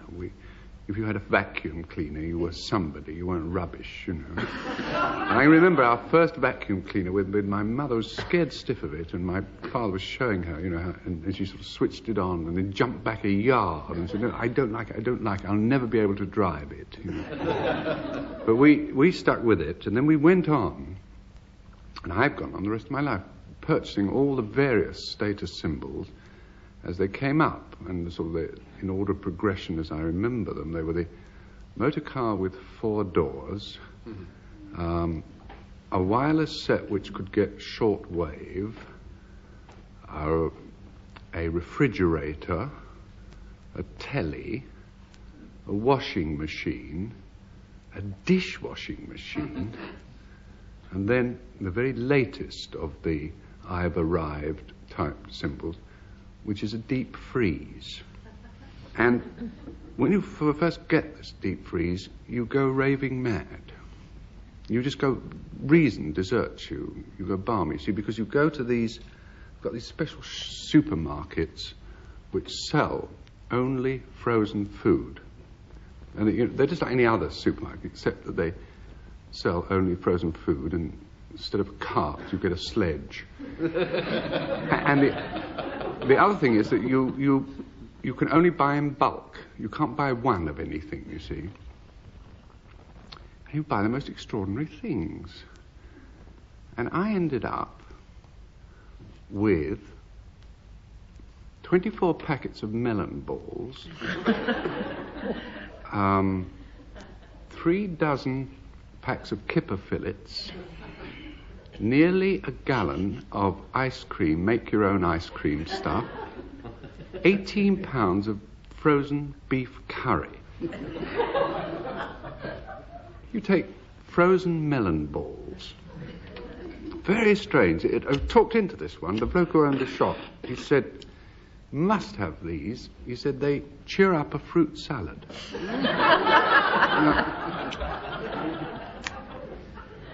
Very afterwards that it struck me that a person like me who earns his living as a writer of trying to write humorous material that will cheer up people, to spend the money I make on cheering up a fruit salad. I wasn't even aware that fruit salads got depressed. The make your own ice cream stuff and the kipper fillets, one is to some extent coping with by a process which city editors call rationalisation. We've now got all the kids in the district coming round for samples of our homemade ice cream, flavour of the month, kipper. It's the frozen beef curry that's really the worrying one. Have you ever seen frozen beef curry? It's in slabs. In order to eat it, you have to work out how much you want. And you then have to work out how much you want, you have to convert a portion into a length. Do you know what I mean? I mean, I was doing this, and then use a thing called a friggy chopper. What really brassed me off about it was that spell recently when the weather got colder. For some reason, the whole temperature inside the freezer dropped. And all these slabs of beef curry sort of cohered together in one great mass, which then stuck to the side wall of the freezer. This was after I'd spent all day making a special ruler, which instead of being scaled in inches or centimetres, was scaled in spoonfuls for measuring. But the trouble is, it's now one great lump, immovable, diamond hard, and the friggy chopper won't even dent it. So as far as I'm concerned, anybody who can in any way prize it out is welcome to both the beef curry and the whole shooting match. Or in the words of Bunyan, my curry and my scale to him that can get it.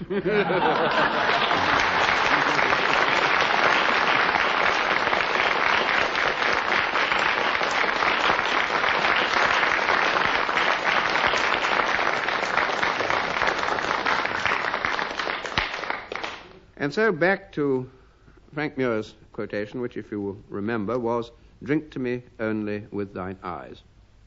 Over the past 14 years, I think this programme's been going, I have given the world many recipes.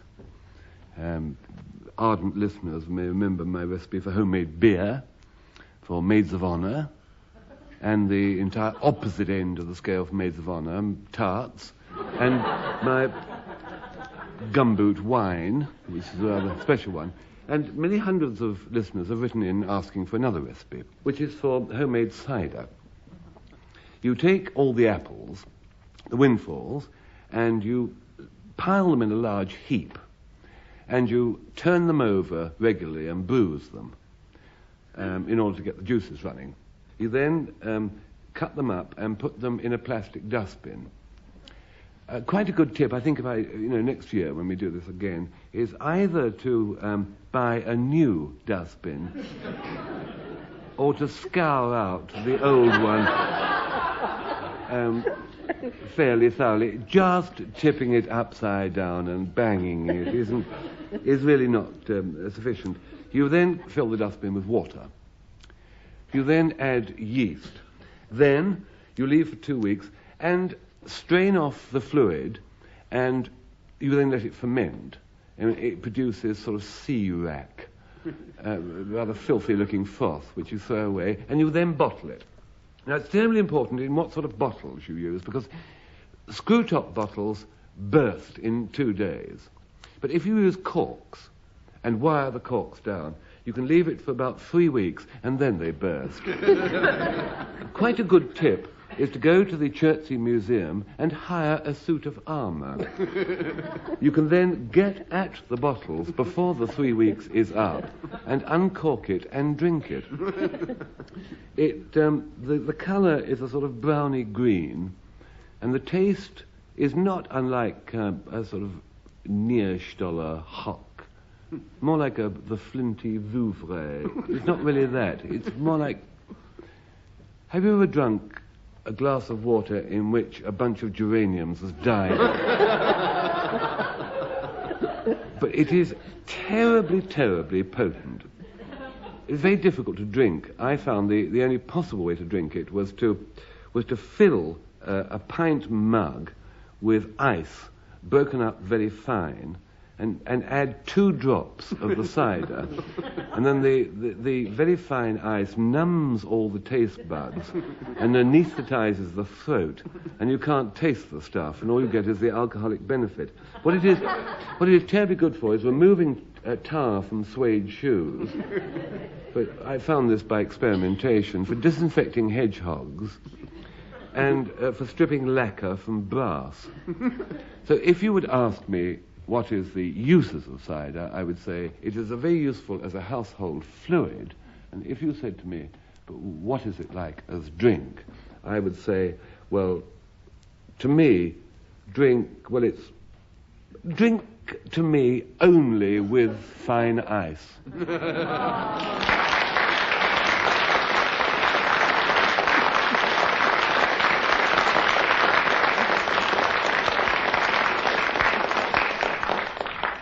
Well, by your vote, ladies and gentlemen, Denis Norden wins the contest of the 2 stories, but nevertheless, for their superior general knowledge, the main contest as such is won by 3.5 marks by Dilys Powell and Frank Muir, and that brings to an end this edition of My Word.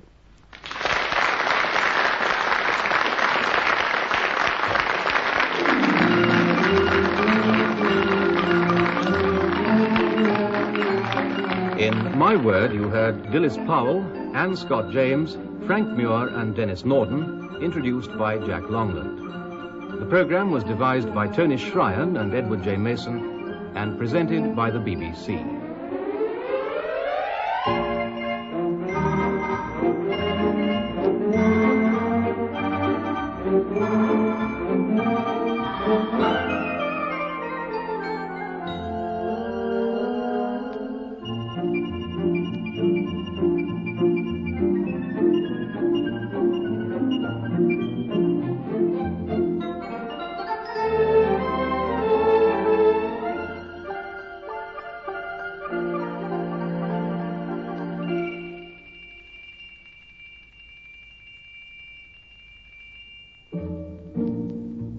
You've been listening to My Word from the BBC.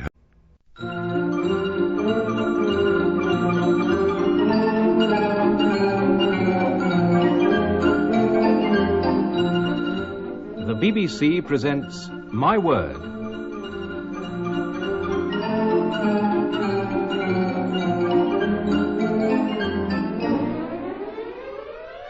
And here to introduce the programme and the panel is Jack Longland. My Word is a word game played by people whose business is words, and those taking part are Dilys Powell, Denis Norden, Anne Scott James, and Frank Muir.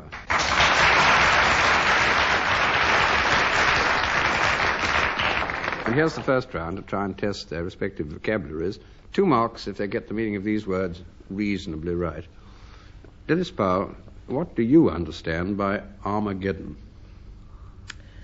I understand a word which I believe began in the Bible and signifies a general uproar of battle and massacre and death, and it was used in reference to the First World War. 2 marks it is. It's in the Apocalypse. It's in Revelation 16:16. It's the last great conflict between nations just immediately preceding the Day of Judgment. And then, metaphorically, it became the war to end war and any great final battle that happened. Denis Norden, what is Slivovitz? S-L-I-V-O-V-I-T-Z. Slivovitz. Well, it's a kind of East European answer to rocket propulsion. It's a kind of plum brandy, I think, something like that. And I know you one drink and you spend the rest of the evening searching for the top of your head. Which particular countries do you go to with this? Isn't it Yugoslavia? Yes, that'll do. Absolutely fine. 2 marks it is. Plum brandy. It's made in Yugoslavia and Hungary. When I was in Czechoslovakia not long ago, they said they made it there too, so I hope that's true. 2 marks. Anne Scott James, what is a bravo? B-R-A-V-O. And I'm rather putting the accent on the first word so you don't get the obvious answer. A bravo. Well, a sort of Sug-type character who goes in for an adventurer. Yes. Yes, he might even get worse than that, I think. Well, a thug-type adventure, you could hardly be worse than that, could you? A sort They're of... generally hired, aren't they? They Yes, say that's hired bravos. That's it. Yeah. Oh, a thug-type mercenary. Yes, he might A be hard sort of assassin. That's it, exactly what I Rent a wanted. bravo. Rent a Bravo is absolutely dead right. 2 marks it is. It's a hard assassin or desperado, and it comes from an Italian word. Frank Muir, what is a philuminist? Phillumenist. Philuminist.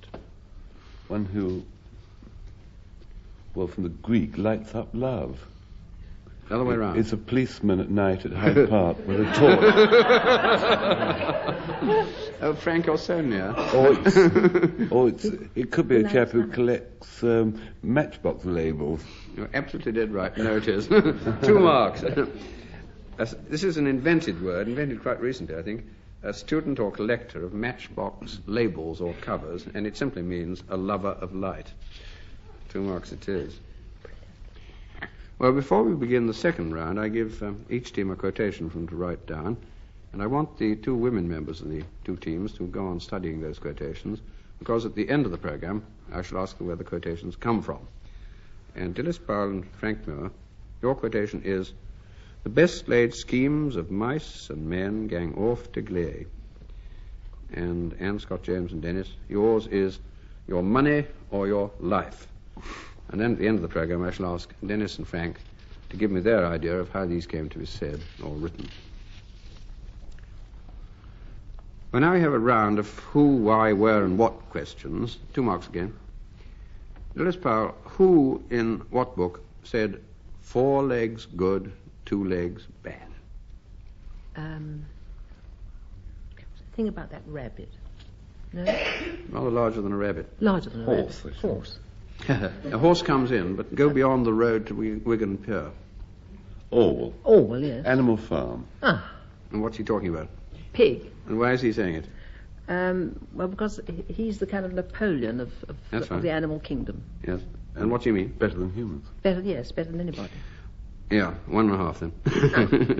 This is George Orwell's Animal Farm, and as you remember, there's an animal takeover, and Napoleon is the boar, or male pig, who keeps on changing the party line just as it suits him, and he comes out with this phrase, which is bad for men, 4 legs good and 2 legs bad, and later on he changes it right round again, like some casuists do.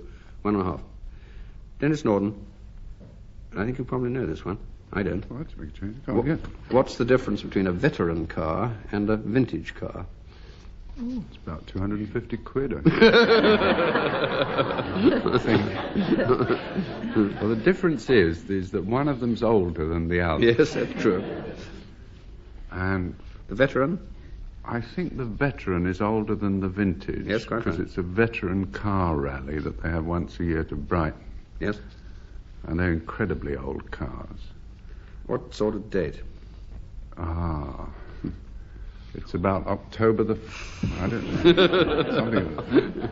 Something. I really don't know. I should think, when did cars... 1905-ish. Yes, about it's good then. enough. Beginning of this century. That's good enough, yes. And then vintage cars, I think, are sort of fairly elderly cars, which I only think of Hispano Suiza Yes. and things like that. Well, you 30s. can't afford a new one, I Yeah. think. If you say, Sort of Domford Yates type of car. Very much so. Would you like to bracket the decade in which they might have happened?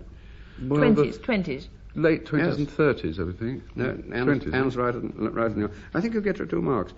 A veteran car is, by a term of art, a car built not later than the year 1904, whereas a vintage car is a car built between 1919 and 1930, when I did most of my motoring. Anne Scott James, what poet was prevented from finishing what poem by the unexpected and somewhat unwelcome arrival of a person from Porlock? Come on, you do Well, this. this is, You know what I'm like on poetry. This is, I don't know whether this is true or not, but it's Kubla Khan, Yes. and Coleridge was supposed to have been writing it, and he's supposed to have dreamt the whole thing. The whole thing came to him entire and complete in a dream, and he was just scribbling it down when somebody knocked and said, "There's a person from Porlock to see you." Yeah. And somebody wrote a marvellous short story to say that there are actually people from Porlock whose sole function it is to interfere just when you're about to get on with something. Well, before the town clerk from Porlock writes into me, I'll give you 2 marks. It was Coleridge. In 1797, he'd been reading Purchas's Pilgrims, all about the Khan Kubla and the palace that he commanded to be built, and he fell asleep and woke up, as Denis quite rightly says, with about 200 to 300 lines absolutely complete in his mind. And then this insufferable person turned up and stopped him in the middle of his writing, and he could never remember the rest since. So if you look at Kubla Khan, you'll find it's completely unfinished. It's a marvellous situation to sort of fantasise that. You know, this man's coming and saying, "Oh, are we right? Don't let me disturb you. I'll just take a drink. You get on. I'll just have a drink. Oh, you have done this place nice." You know. You must be exactly like that, Dennis. Most writers, of course, welcome disturbance. You ring up a writer and say, is it all right? Am I disturbing you? No! Please do. Stop you getting on with it. Well, poor Coleridge didn't. Frank Muir, in which novel by which author is the title extended by the words, "a pure woman"? Oh, Fanny Hill. Well, not far wrong in concept. Yeah. Is it? I don't know. Tess d'Urbeville. Yeah. It was. Dilys is writing here, I think. Yes. 2 marks. It's Tess of the D'Urbervilles by Thomas Hardy, written in 1891. And as a gesture of defiance, he put in the subtitle, "A Pure Woman," because Tess is seduced in chapter 2, if I remember rightly. 2 marks. That's quite a way in comparison with Fanny Hill standard. Very slow going. Well, now we have a round of nicknames, initials, and code names. I'm going to give them the names first, and then ask for 2 marks for identification of whatever or whoever is really meant. Dilys Powell, ETA, all caps and put dots between them if you like. ETA. Electrical. No. Estimated time of arrival. Wartime thing. Yes, I think that Frank's quite right. 2 marks it is. Originally used, I think, by airmen, Frank, and still used, I think, by airline pilots when they think they're going to get in. Estimated time of arrival. Denis Norden, the code names Tube Alloys and the Manhattan Project were the British and United States versions of the same thing. What did they stand for? Yes, they were the same. I think I know the Manhattan Project, but I've never heard of Tube Alloy. Yeah. Manhattan Project was something to do with the development of the atom bomb. Yes. Very belligerent program, this. I'm not in favour of it. And I presume, what the heck do we call it? Tube alloys. There's a genius who thinks up these things. The same bloke who calls these terrible hurricanes Edna. What's a gentle name? Yeah. Well, kind of the same thing. So if you do the Manhattan Project, we're all right. Oh, well, then tube alloys. We call it tube. We didn't know what was going on, I'm sure. That was why. That's all right. Yes, 2 marks. We thought it was a desk they were building. Yeah. Now, the British went in with the Americans into secret research and development of the atomic bomb, and we called it tube alloys, simply, I think, in order to try and deceive the Germans, and the Americans called it the Manhattan Project. 2 marks. Anne Scott James, the Old Bailey. It's a place of trial. I mean, where the High Court tries the murder cases and similar. What's it called? Well, I was a witness once at the Old Bailey, actually. Well, remember? Not in America. Centre Court, was it? Centre Court. One of the outside Lady courts, Chadley trial. Were you? Yes, it's very embarrassing. No, but remember what it was called when you were summoned to subpoenaed, or what it was? I'm sure it was some of What's the it Old called? Bailey. The Nick. I think it's called... The criminal court. That's right. Is it something? That's right. The High Criminal Court or something? 1 out of 2. It's the Central... Fleet Street Division. Oh, yeah. No, it's the London Central Criminal Court, and it's called that because it stood inside the ancient bailey of City Wall. Frank Muir, Vinegar Joe. He was a general, wasn't it, during the Yes. war? Do you remember which he was? He was an American. Wasn't Patton, he was blood and guts. That's right. Was it Stillwell? Yes, well done. Vinegar Joe Stillwell. Yeah. He was in the Far East, wasn't it? Well done. 2 marks you get. I think that's jolly good. Ian L. Flynn.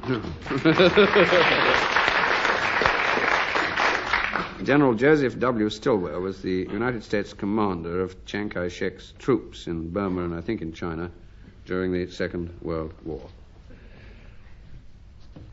Now we come to the last round and go back to those two quotations I gave the teams earlier in the programme. 2 marks, Dilys Powell, can you give me the origin of your quotation? The best laid schemes of mice and men gang off to glee. It's from a poem by Robert Burns. About what? About a field mouse. All right, that's good enough. You get your 2 marks. Robert Burns, to a mouse, I think, turned up by a ploughshare, if I got this right. We sleekit cowering timorous beastie on what... I can't remember how it goes. On what a panics is thy breastie. I think that's right. Anyway, Robert Burns and a poem on a field mouse. There's an opera, the Die Fledermaus, wasn't it? That flies. That's good. Well, now, Anne Scott James and the origin of yours, which was your money or your life. Well, I think it would be a typical highwayman's threat when they galloped up to the carriage folk. Yes, which particular highwayman? Particular highwayman? I've only heard of one. That was Dick Turpin. Right, good enough. 2 marks. It's attributed to, though there's no real reason for knowing whether this is true or not, to the highwayman Dick Turpin, your money or your life. But a bit later it was also attributed to a writer, Samuel Butler, and he said, brigands demand your money or your life, women demand both. Well, now I'm going to ask Frank and Dennis to give me their explanation of how these quotations came into being, and in this round the marks will go to whichever incredible explanation receives the longer applause from the audience here in the theatre. And so back to Frank Muir. The best laid schemes of mice and men gang oft a glee. Terribly true, you know, when you think about it, that Scottish proverb. Quite recently, I was, one Saturday afternoon, I was shopping in Egham High Street, and I thought I'd take a short cut into the car park by nipping through the off-licensed premises, and nipped downstairs, and there's a back door into the car park, and the back door, for some reason, seemed to be closed that day, and the door closed behind me, and I found myself sort of imprisoned in this off-licensed storeroom. But I didn't panic or anything. I just kept very calm for a few minutes and took stock. My case comes up on Thursday. Now, there you have an example of trying to get home to my wife, and the fickle finger of fate puts a different twist to it. It isn't always to the bad, though. I told you some time ago the occasion when I sat on a soft-boiled egg, which I did quite simply. I put a tray with a soft-boiled egg on the chair, went to adjust the television set. It was something riveting on, and I backed slowly in a crouched position, forgetting that the tray with the doily and the boiled egg in its cup was on the chair, and sat on it. And one of the curious things about nature is there's about 1.5 pints of yolk in a soft-boiled egg. And it goes all over your trousers. Well, the following day, obviously, I had to take the suit to the cleaners. So I put it on a hanger, and I wasn't sure whether the bus was coming or not, and I leant rather far out over the pavement with this hanger, and the hook of the hanger caught on the wing mirror of a passing lorry. And the suit was bought. Luckily, I managed to catch sight of the name on the lorry, which was Jonas Brown of Helmsley, Yorkshire. They made aluminium French windows. I thought you'd like to know. So, of course, I had to get the train to Yorkshire that night. And I found this little firm that made these sliding aluminium French windows, and it was a really rather big firm. And the director was going off to London in his private aeroplane from the York airstrip, and he was taking my suit down, and he'd seen my name and address in the flap of the pocket. So he was going to take it down and get it sent from his London office. So I rushed to York. I won't bother you with getting to York Airport, but it was dark by the time I got there. And I went round York Airfield, flicking on my lighter, looking for his executive jet plane. But luckily, I was in luck, and I found it. But you know, when you're holding a lighter under an aeroplane, it's best not to hold it too... I set fire to cut a long story short.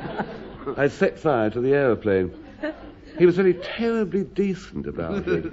And I'm going to pay it off for at £8.15 a week until I'm aged 2040. But I was going to say, these things do turn out well, because when he gave me the suit back, it was a bit charred by that time. When he gave me the suit back, I looked in the pockets, and there was a 10-bob note in the pocket.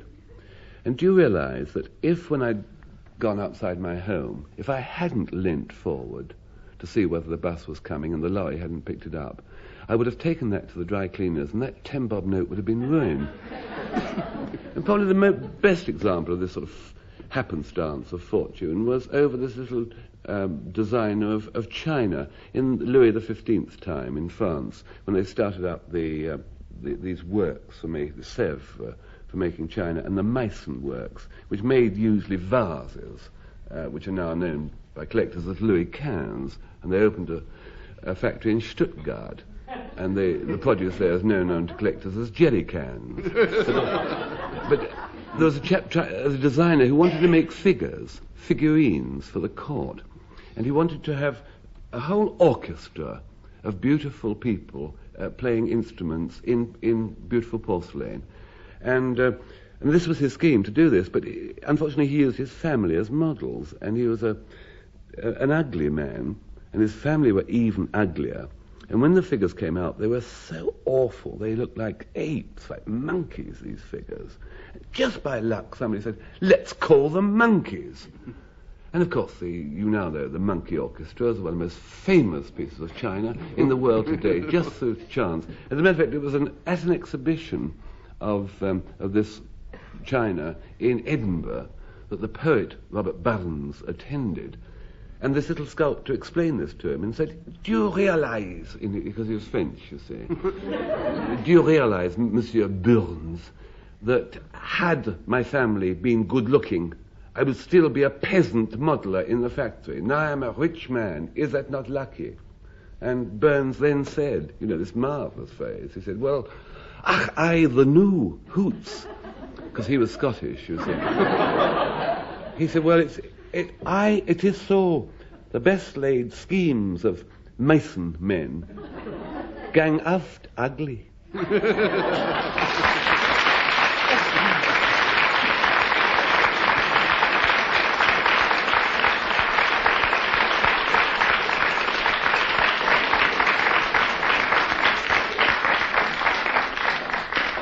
Well, how anybody dares to write a history of art with Frank Muir about it, I don't know. We'll go on quickly to Denis Norden. If you remember, his phrase was, your money or your life. I had cause to mention before this sort of unease that I get in the presence of modern gadgetry and electrical appliances. All of them seem to go wrong for me while they work for everybody else. Bearing these facts in mind, it was perhaps a little foolhardy of me to answer this particular advertisement I saw in a paper. Have you ever heard of the computer dating service? I thought originally it was for some sort of scheme for people who want to have a date with a computer. But it isn't. It's a sort of a scheme whereby you send particulars of yourself to this office, and they're matched up on a computer, and in return they give you particulars of somebody whose characteristics are exactly the sort of thing that you're looking for. Well, I made inquiries about it, and it sounds very interesting. In fact, a bloke in my office met his wife through a computer dating service. They'd actually been married for 12 years, so it was a little embarrassing, but he said it was simply because he didn't fill the form up correctly. So I took great pains when I filled the form up, which again was a bit of an item for me, because form filling is another feature of modern life which gives me slight hot flushes. I mean, those questions like, where were you born and what did you do before that? And then it got to the age bit, you see, and I thought I was perfectly justified because they had this age and then it has this years, ... months, ... So I put down 29 years, 216 months. Don't bother to work it out. But where I was most careful was where they ask you to state the type of opposite sex person that you want to meet. And I took a great deal of pains over that, because remembering the bad experience of this chap in my office, I put down the absolute ideal of the woman I'd really been searching for all my life. And I sent it off. And the arrangement was we met under the clock at Waterloo on the Saturday. And as soon as I saw her, well, it was uncanny. It was exactly what I had specified. And we had a marvellous evening. We had a small hors d'oeuvre at the corner house and the sound of music, which we sat round twice. And then I took her home, and she said, would you like to come in for a bit, for a drink? And I said yes. And then her husband came out of the bedroom. He was a bit sleepy, and he said, did you have a nice evening? And I said, yes, thanks, Dad. And while my mother put her apron on and went to make a cup of tea, I brooded on the fact that these computers take you so blooming literally. And the only conclusion I came to was that if you are about to use a computer dating service, it is all right for some. But if you're anything like that bloke in my office or myself, you'll wind up with, as Dick Turpin said, your mummy or your wife.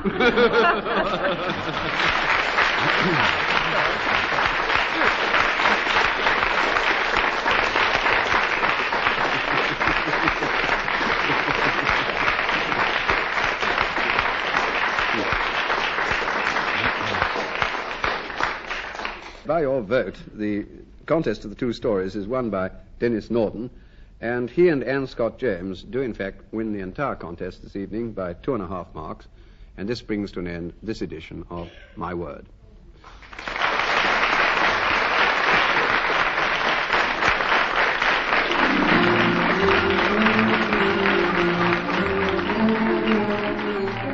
In My Word, you heard Dilys Powell, Anne Scott James, Frank Muir and Denis Norden, introduced by Jack Longland. The programme was devised by Tony Shryan and Edward J. Mason and presented by the BBC.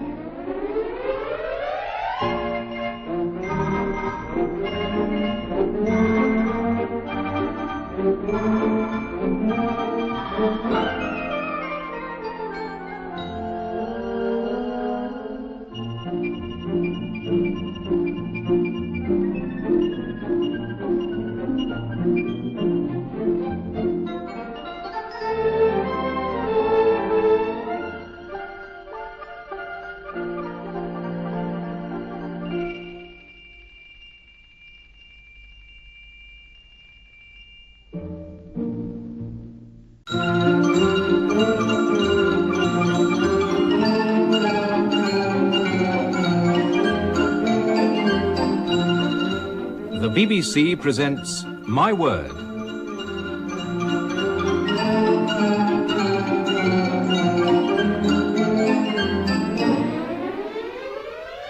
And here to introduce the programme and the panel is Jack Longland. My Word is a word game played by people whose business is words, and those taking part are Anne Scott James, Frank Muir, Dilys Powell, and Denis Norden.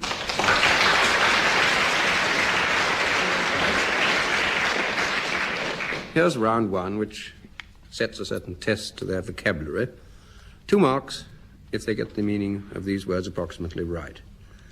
Anne Scott James, what's the meaning of licit? L-I-C-I-T, licit. Well, I suppose it's the opposite of illicit. Yes, meaning? That which is allowed, it's allowable. Isn't that? 2 marks it is. Legal, permissible, not illicit, on the same principle of not actually disgruntled. He is far from being gruntled. It's the same sort of idea. Now, Frank Muir. Frank, What is a gallopade? G-A-L-L-O-P and then A-D-E. Gallopade. A gallopade? Oh, it's a drink, but it tastes of horses' hooves. Sounds absolutely revolting. You better try again. And lay off the drink. We think it might be a dance by part of the Spanish school, where they make horses dance. That's a very good shot. Well, take it then. Accept it in your target, sir. Yes, but... It's one of those awful things they make horses do in sort of... That's perfectly right, but is it only danced by horses? No, of course not. Oh. Otherwise you wouldn't have asked the question. Gallopade is a lively dance, originally Hungarian, though it's a French word. But Dilys Powell is quite right. In the business of making horses do strange things, which they call manège, it's a sidelong or curvetty kind of gallop. Dilys Powell, what is a tawse? T-A-W-S-E. And some people would say, what are tawse, if that helps at all? It's a thing you throw, isn't it? Kind of... That's some a game. A game. That's a caber. That's a caper, is it? Oh, tawse. Is it a whacker? Yes, that's it. It's a whacker. Oh, it's a whacker. Anne was making whacking gestures. I deduced. The way I feel. It's a kind of part of a cat of nine tails. It's jolly good. And a tawse is a slit leather thong. It used to be used, and I think I should probably get frightful trouble for this. I think it's still used in some Scottish schools for chastising children. Yes. And it's made of leather, and it has thongs at the end rather than a cane. And in Scotland, it's the tawse, which is plural, and with us, I think it's normally singular. Now, Denis Norden, what's the meaning of disembosom? It's embosom. Embosom. Cropping up again. I get words like that on radio. Well, it means what it says. It means to get off your bosom. to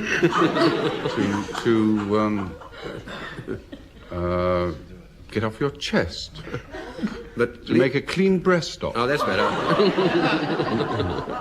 All right, you've won, Dennis. You've got home, all right. To disclose or reveal, or it can be used intransitively, to unburden oneself or to make confidences. In fact, to get it off your chest. I mean, Dennis is quite right.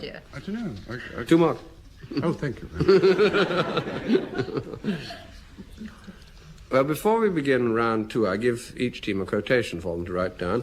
And I want the 2 women members of the teams to go on studying those quotations, because at the end of the programme, I shall ask them where the quotations come from.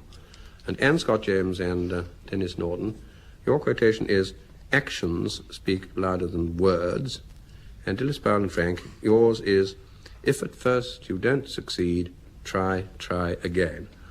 And then at the end of the whole programme, I shall ask Frank and Denis to give me their idea of how these came to be said or written.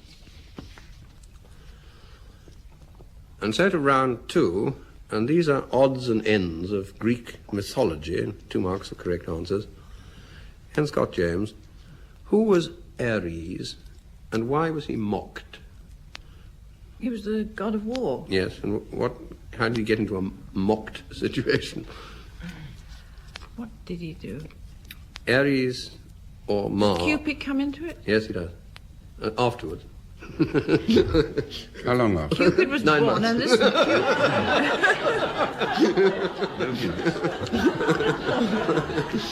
Well, he must have had a fling with somebody. Yes. Call him Mars and see if you can get it right. Isn't very With easy. Venus. Yes, all right. And then Or Aphrodite, let's just Yes. say, since sticking to But the why was he language. mocked? I think he must have undressed backwards or something. No, it's not nothing. Were they overlooked? Yes. Nothing. Who saw it? Somebody saw them. Cupid must have seen them.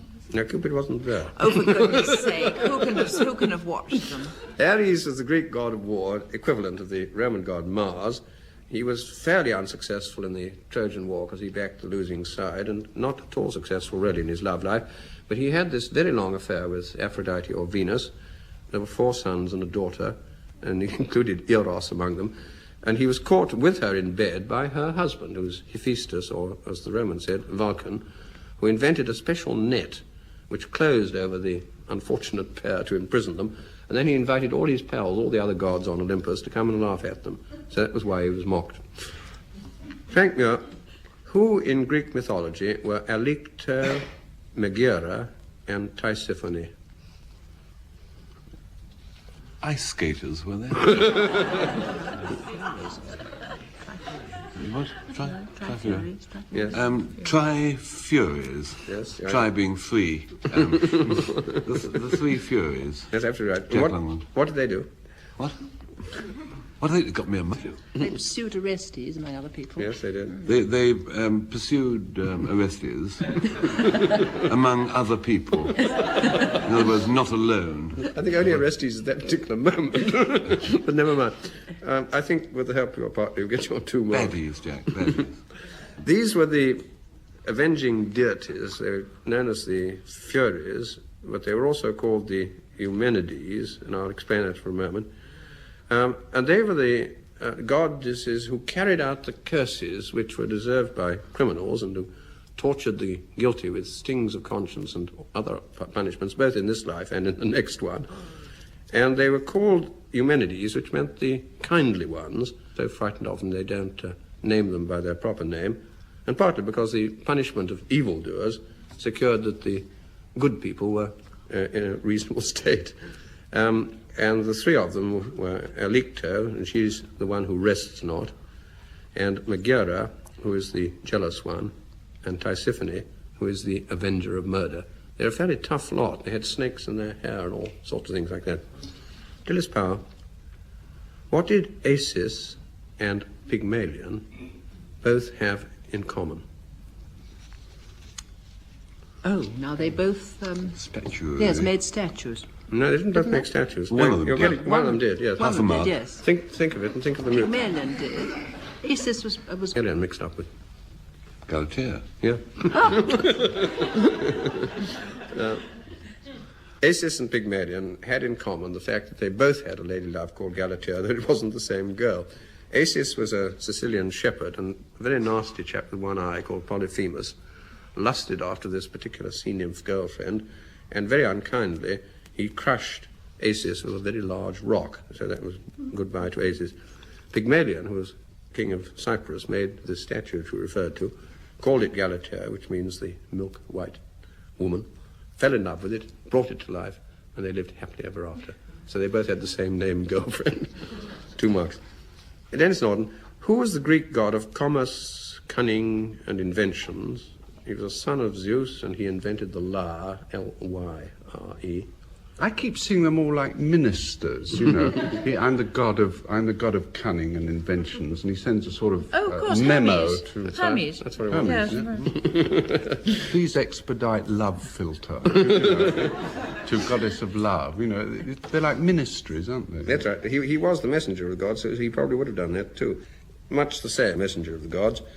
And he invented the lyre by placing strings across the shell of a tortoise, and he did that pretty early in life. He was born in the morning, and he'd invented the lyre by midday. And by evening, he'd stolen 50 head of cattle and hidden them in a cave. And then he went back quietly to his cradle. He was quite a chap.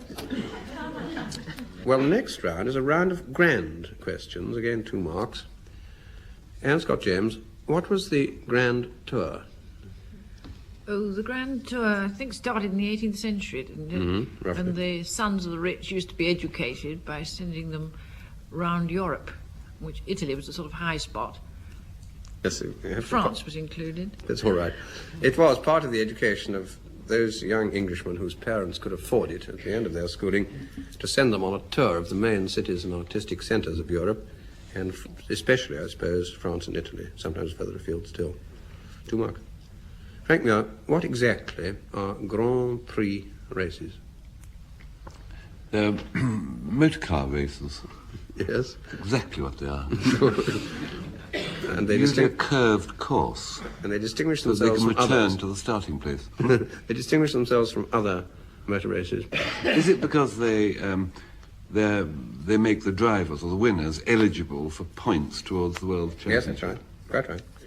And I want to know what kind of cars and how many races. That's a supplementary question. There's about 8, isn't it? Getting quite close to it. 12, 9, Split the difference. 18, 10. Well, I don't know how to mark you. 1.5, I think. Grand Prix races are automobile races for single-seater Formula One cars. And if you ask me what Formula One means, I don't know, because it gets altered almost every year. But they're the fastest of the lot. And there are 10 of these country. There are 10 different countries concerned. And as you said quite rightly, points gained count towards the World Championship for both the drivers and for the chaps who make the motor cars. Dilys Powell, what's the Grande Corniche? The Grande Corniche is a bit of France, I think. Is it France? Yes, It's France. It's a great sort of curving road which runs round the cliffs above the sea in the Mediterranean. It's the highest one. There's Highest. a That's couple of yes. other corniches or shelves. Yes. Ah. Oh, that'll do. That's good. Well done. 2 marks. Thank you, Dad. It's the highest of the 3 mountain roads from Nice to Menton on the French Riviera, and there is down at the bottom a coastal corniche, and in the middle a middle or moyenne corniche. This is the top one. 2 marks. Denis Norden, who was the grand old man? The grand old man is was it Gladstone? Gladstone, yeah. Oh, yes. It's Gladstone. Right, 2 marks it is. Either the grand old man or the initials GOM, used in lots of newspapers to denote W.E. Gladstone. Apparently Lord Rosebery is supposed first of all to have called him this, and he did go on to live until the age of 89. Well, now we come to the last round and go back to those quotations I gave the 2 teams earlier in the programme. For 2 marks, and Scott James, can you give me the origin of the quotation, actions speak louder than words? Well, I can only say I think it must be a proverb. Date? 17th century, I should think. 1 out of 2. This appears to be a proverb which is very recent indeed. Apparently is a 20th century proverb, and the best source that is found for it, a chap in 1906 called Mr. McCullough, who wrote a novel, With the Cossacks, and talks about the gallant foe who could not quell them, how he sympathized with them, but and as far as anybody knows, this appears to be about the first time the proverb turned up. Well, now, Dilys Powell, the origin of yours, please, which was, if at first you don't succeed, try again. It wasn't the spider. Wasn't the spider? No, Oh. Bruce was a ventriloquist. Well, I always thought it was Robert Bruce's remark after watching the spider climbing up his little self-made ladder. Now, I find it very difficult to mark you on this one. Well, you shall strain come on, yourself, 2. Jack, and... I think 1 out of 2 again, because Bruce and the Spider is a perfectly fair reference, because we were all taught this. But there was a rather obscure poet called William Edward Hickson, who lived from 1803 to 1870, and he wrote a little poem. "'Tis a lesson you should heed, try again. If at first you don't succeed, try again." And again, I've been totally unable to find anyone earlier than Mr. Hickson for doing this. 1 out of 2 for Bruce. He's marvellous. After all these years, he should get his first radio mention. Let's play a record for him.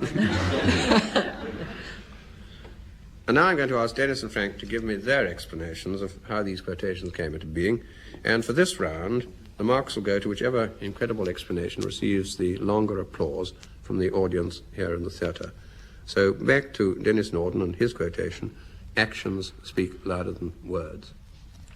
Let me first of all mention a word about the difficulties of finding a new secretary in London these days. I did have a secretary who was with me for 9 years, and then she decided to get married, and I couldn't hold her any longer. So I had to get a new one, and the trouble is there is a terrible shortage, such a shortage of trained secretarial staff in London today that you have to be satisfied with rather maximum qualifications. In fact, the drill is that when you advertise a job, the applicant comes in and you put her in a room which contains a refrigerator and a typewriter. If she can identify the typewriter, she's hired, which is exactly how I got this Griselda. Now, I don't want to say anything against Griselda because she's actually very sweet, one of these sort of Carnaby Street dolly birds, you know, with one of those dresses which starts late and finishes early. You know. but she is incurably and ineradicably urban in her outlook. Now, I found this out because it was Frank's birthday coming up, and I wanted to buy him a sundial. But the point was, I didn't want to pay more than 30 shillings for it, because that happened to be the figure I saw on the price label of the birthday present he bought me.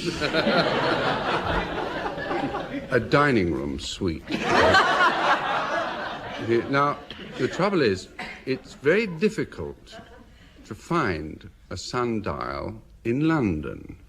I tramped all round Soho, and I couldn't see one. The only place you can get them is if you go to these auctions that they have in the country of the contents of old country houses.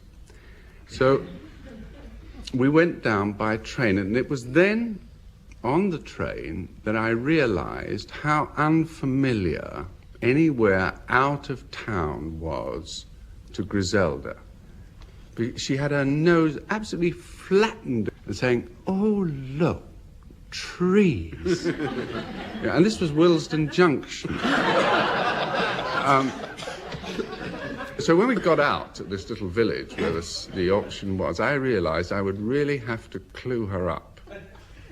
Anyway, I gave her this £5, and I said, "Now, remember, not a penny over 30 shillings. She said, "Leave it to me." I went off. I sort of mooched around the village for a while, came back 2 hours later, and there she was, triumphantly waving the receipt for the sundial. And I said, "That's very good, Griselda, very well done. I don't think there'll be any trouble now about you having Christmas Day off." I said, "Now, have you got the change from the £5? And she gave me 2 shillings. So I said to her, "I told you not to go a penny over 30 bob." She said, "I didn't." I said, "Well, where's the other £3.8? She said, "Well, that went to labour and materials." So I said, "What do you mean, labour and materials?" She said, well, there was this rather nice elderly gentleman with the corduroy trousers and the straw in his mouth, and he volunteered to fix an electric bulb on it so you could use it at night time as well. Well, as I've often said before, from each of life's setbacks, we grow a little wiser. And the axiom I learned from this experience, I'd like to share with you, and that is this. No matter how dim a dolly bird may be in London, when she gets into the rural surroundings of a country sale, her mind goes even cloudier. Or, as this 1906 proverb doesn't quite, "Auctions becloud urban birds."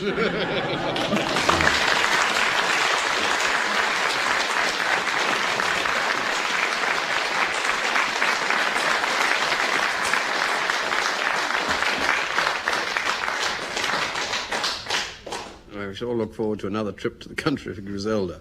And we go back to Frank Muir, and his quotation, if you remember, was, "If at first you don't succeed, try again." I have a word of explanation to those of our listeners in the area of Thorpe, Egham, Chertsey, Virginia Water, Staines, who are listening to this on their transistor radios. An explanation of why the electricity has been cut off. So people who haven't got transistor radios won't be listening to this. The reason is very simple, because I didn't read the lettering on the side of the damn thing, you see, and there it was as plain as anything. If one doesn't read what the manufacturers say, there's going to be trouble, isn't there? You see, the trouble was that my dog had got fleas and would need a bath. Now, she's only 18 months and has never faced up to what a bath entails, so I used cunning. That's what makes man superior to a beast, you see, you can outthink them. So I waited for her evening brush, and she got up on the table outside in the garden, and I had secreted behind my back the hose, you see, with a little plastic tap on the end of it. And I brushed her with my left hand, and when her eyes were closed with ecstasy, I produced rapidly the hose, switched the plastic tap on, and out came the water. You have never, to my dying day, I will never forget the look the hound gave me. Sort of utter incredulity. She couldn't understand why water had suddenly attacked her. So she jumped off. You can't catch an Afghan, 30 knots they do, if the lawn's firm. Then watching the newsreel, about a week later, I suddenly saw those water cannon the police use against rioters. And I thought, that's it. That's it. If I can hire a water cannon anywhere in the garden, I just follow her and train the thing on her. Where do you get a water cannon? West Berlin, Japan. And then just with a farm in our village, Mr. Lemplu's farm, and passing it one day, I suddenly saw he had a gadget, an electric gadget plugged into the house with a long lead. It was sort of pipes, and one pipe was in a sack of flour or wheat or grass or something, and the electric motor was whirring, and all this wheat and grass was pouring out of a huge pipe about a foot in diameter at the top, and was pouring into the top of his barn. It was sort of blowing this stuff in. I thought, marvellous, just it. May I borrow that? Yes, of course, said he. Back it came, end in the water butt, receiving end in the water butt, switch on. It would not be hyperbole to describe what happened as a blinding flash. There was an enormous flash of electricity, and all the neon signs outside all the betting shops in West Surrey went out. And that is why I must apologise to those of you who haven't got any current, because I fused the mains. Mr. Lemplu came roaring across and said, you can't use water on that thing, it's fused the thing. I said, well, how was I to know, Lemplu? With some asperity. I said, I'm no farmer. He said, but the thing's meant for blowing corn and wheat into a barn. It doesn't even work when the stuff's damp. I said, but how am I expected to know that, man? He said, it's printed on the side of that damn thing. And it was, really in rather humiliatingly large letters. It said, and I remember, it said, important, you don't suck seed. Try drier grain.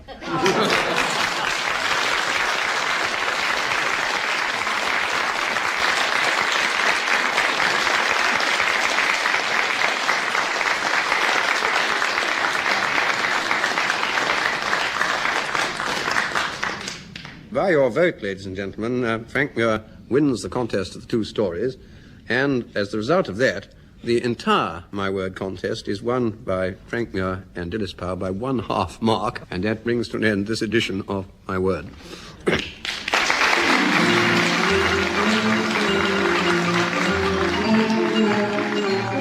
In My Word, you heard Dilys Powell, Anne Scott James, Frank Muir and Denis Norden, introduced by Jack Longland. The programme was devised by Tony Shryan and Edward J. Mason, and presented by the BBC.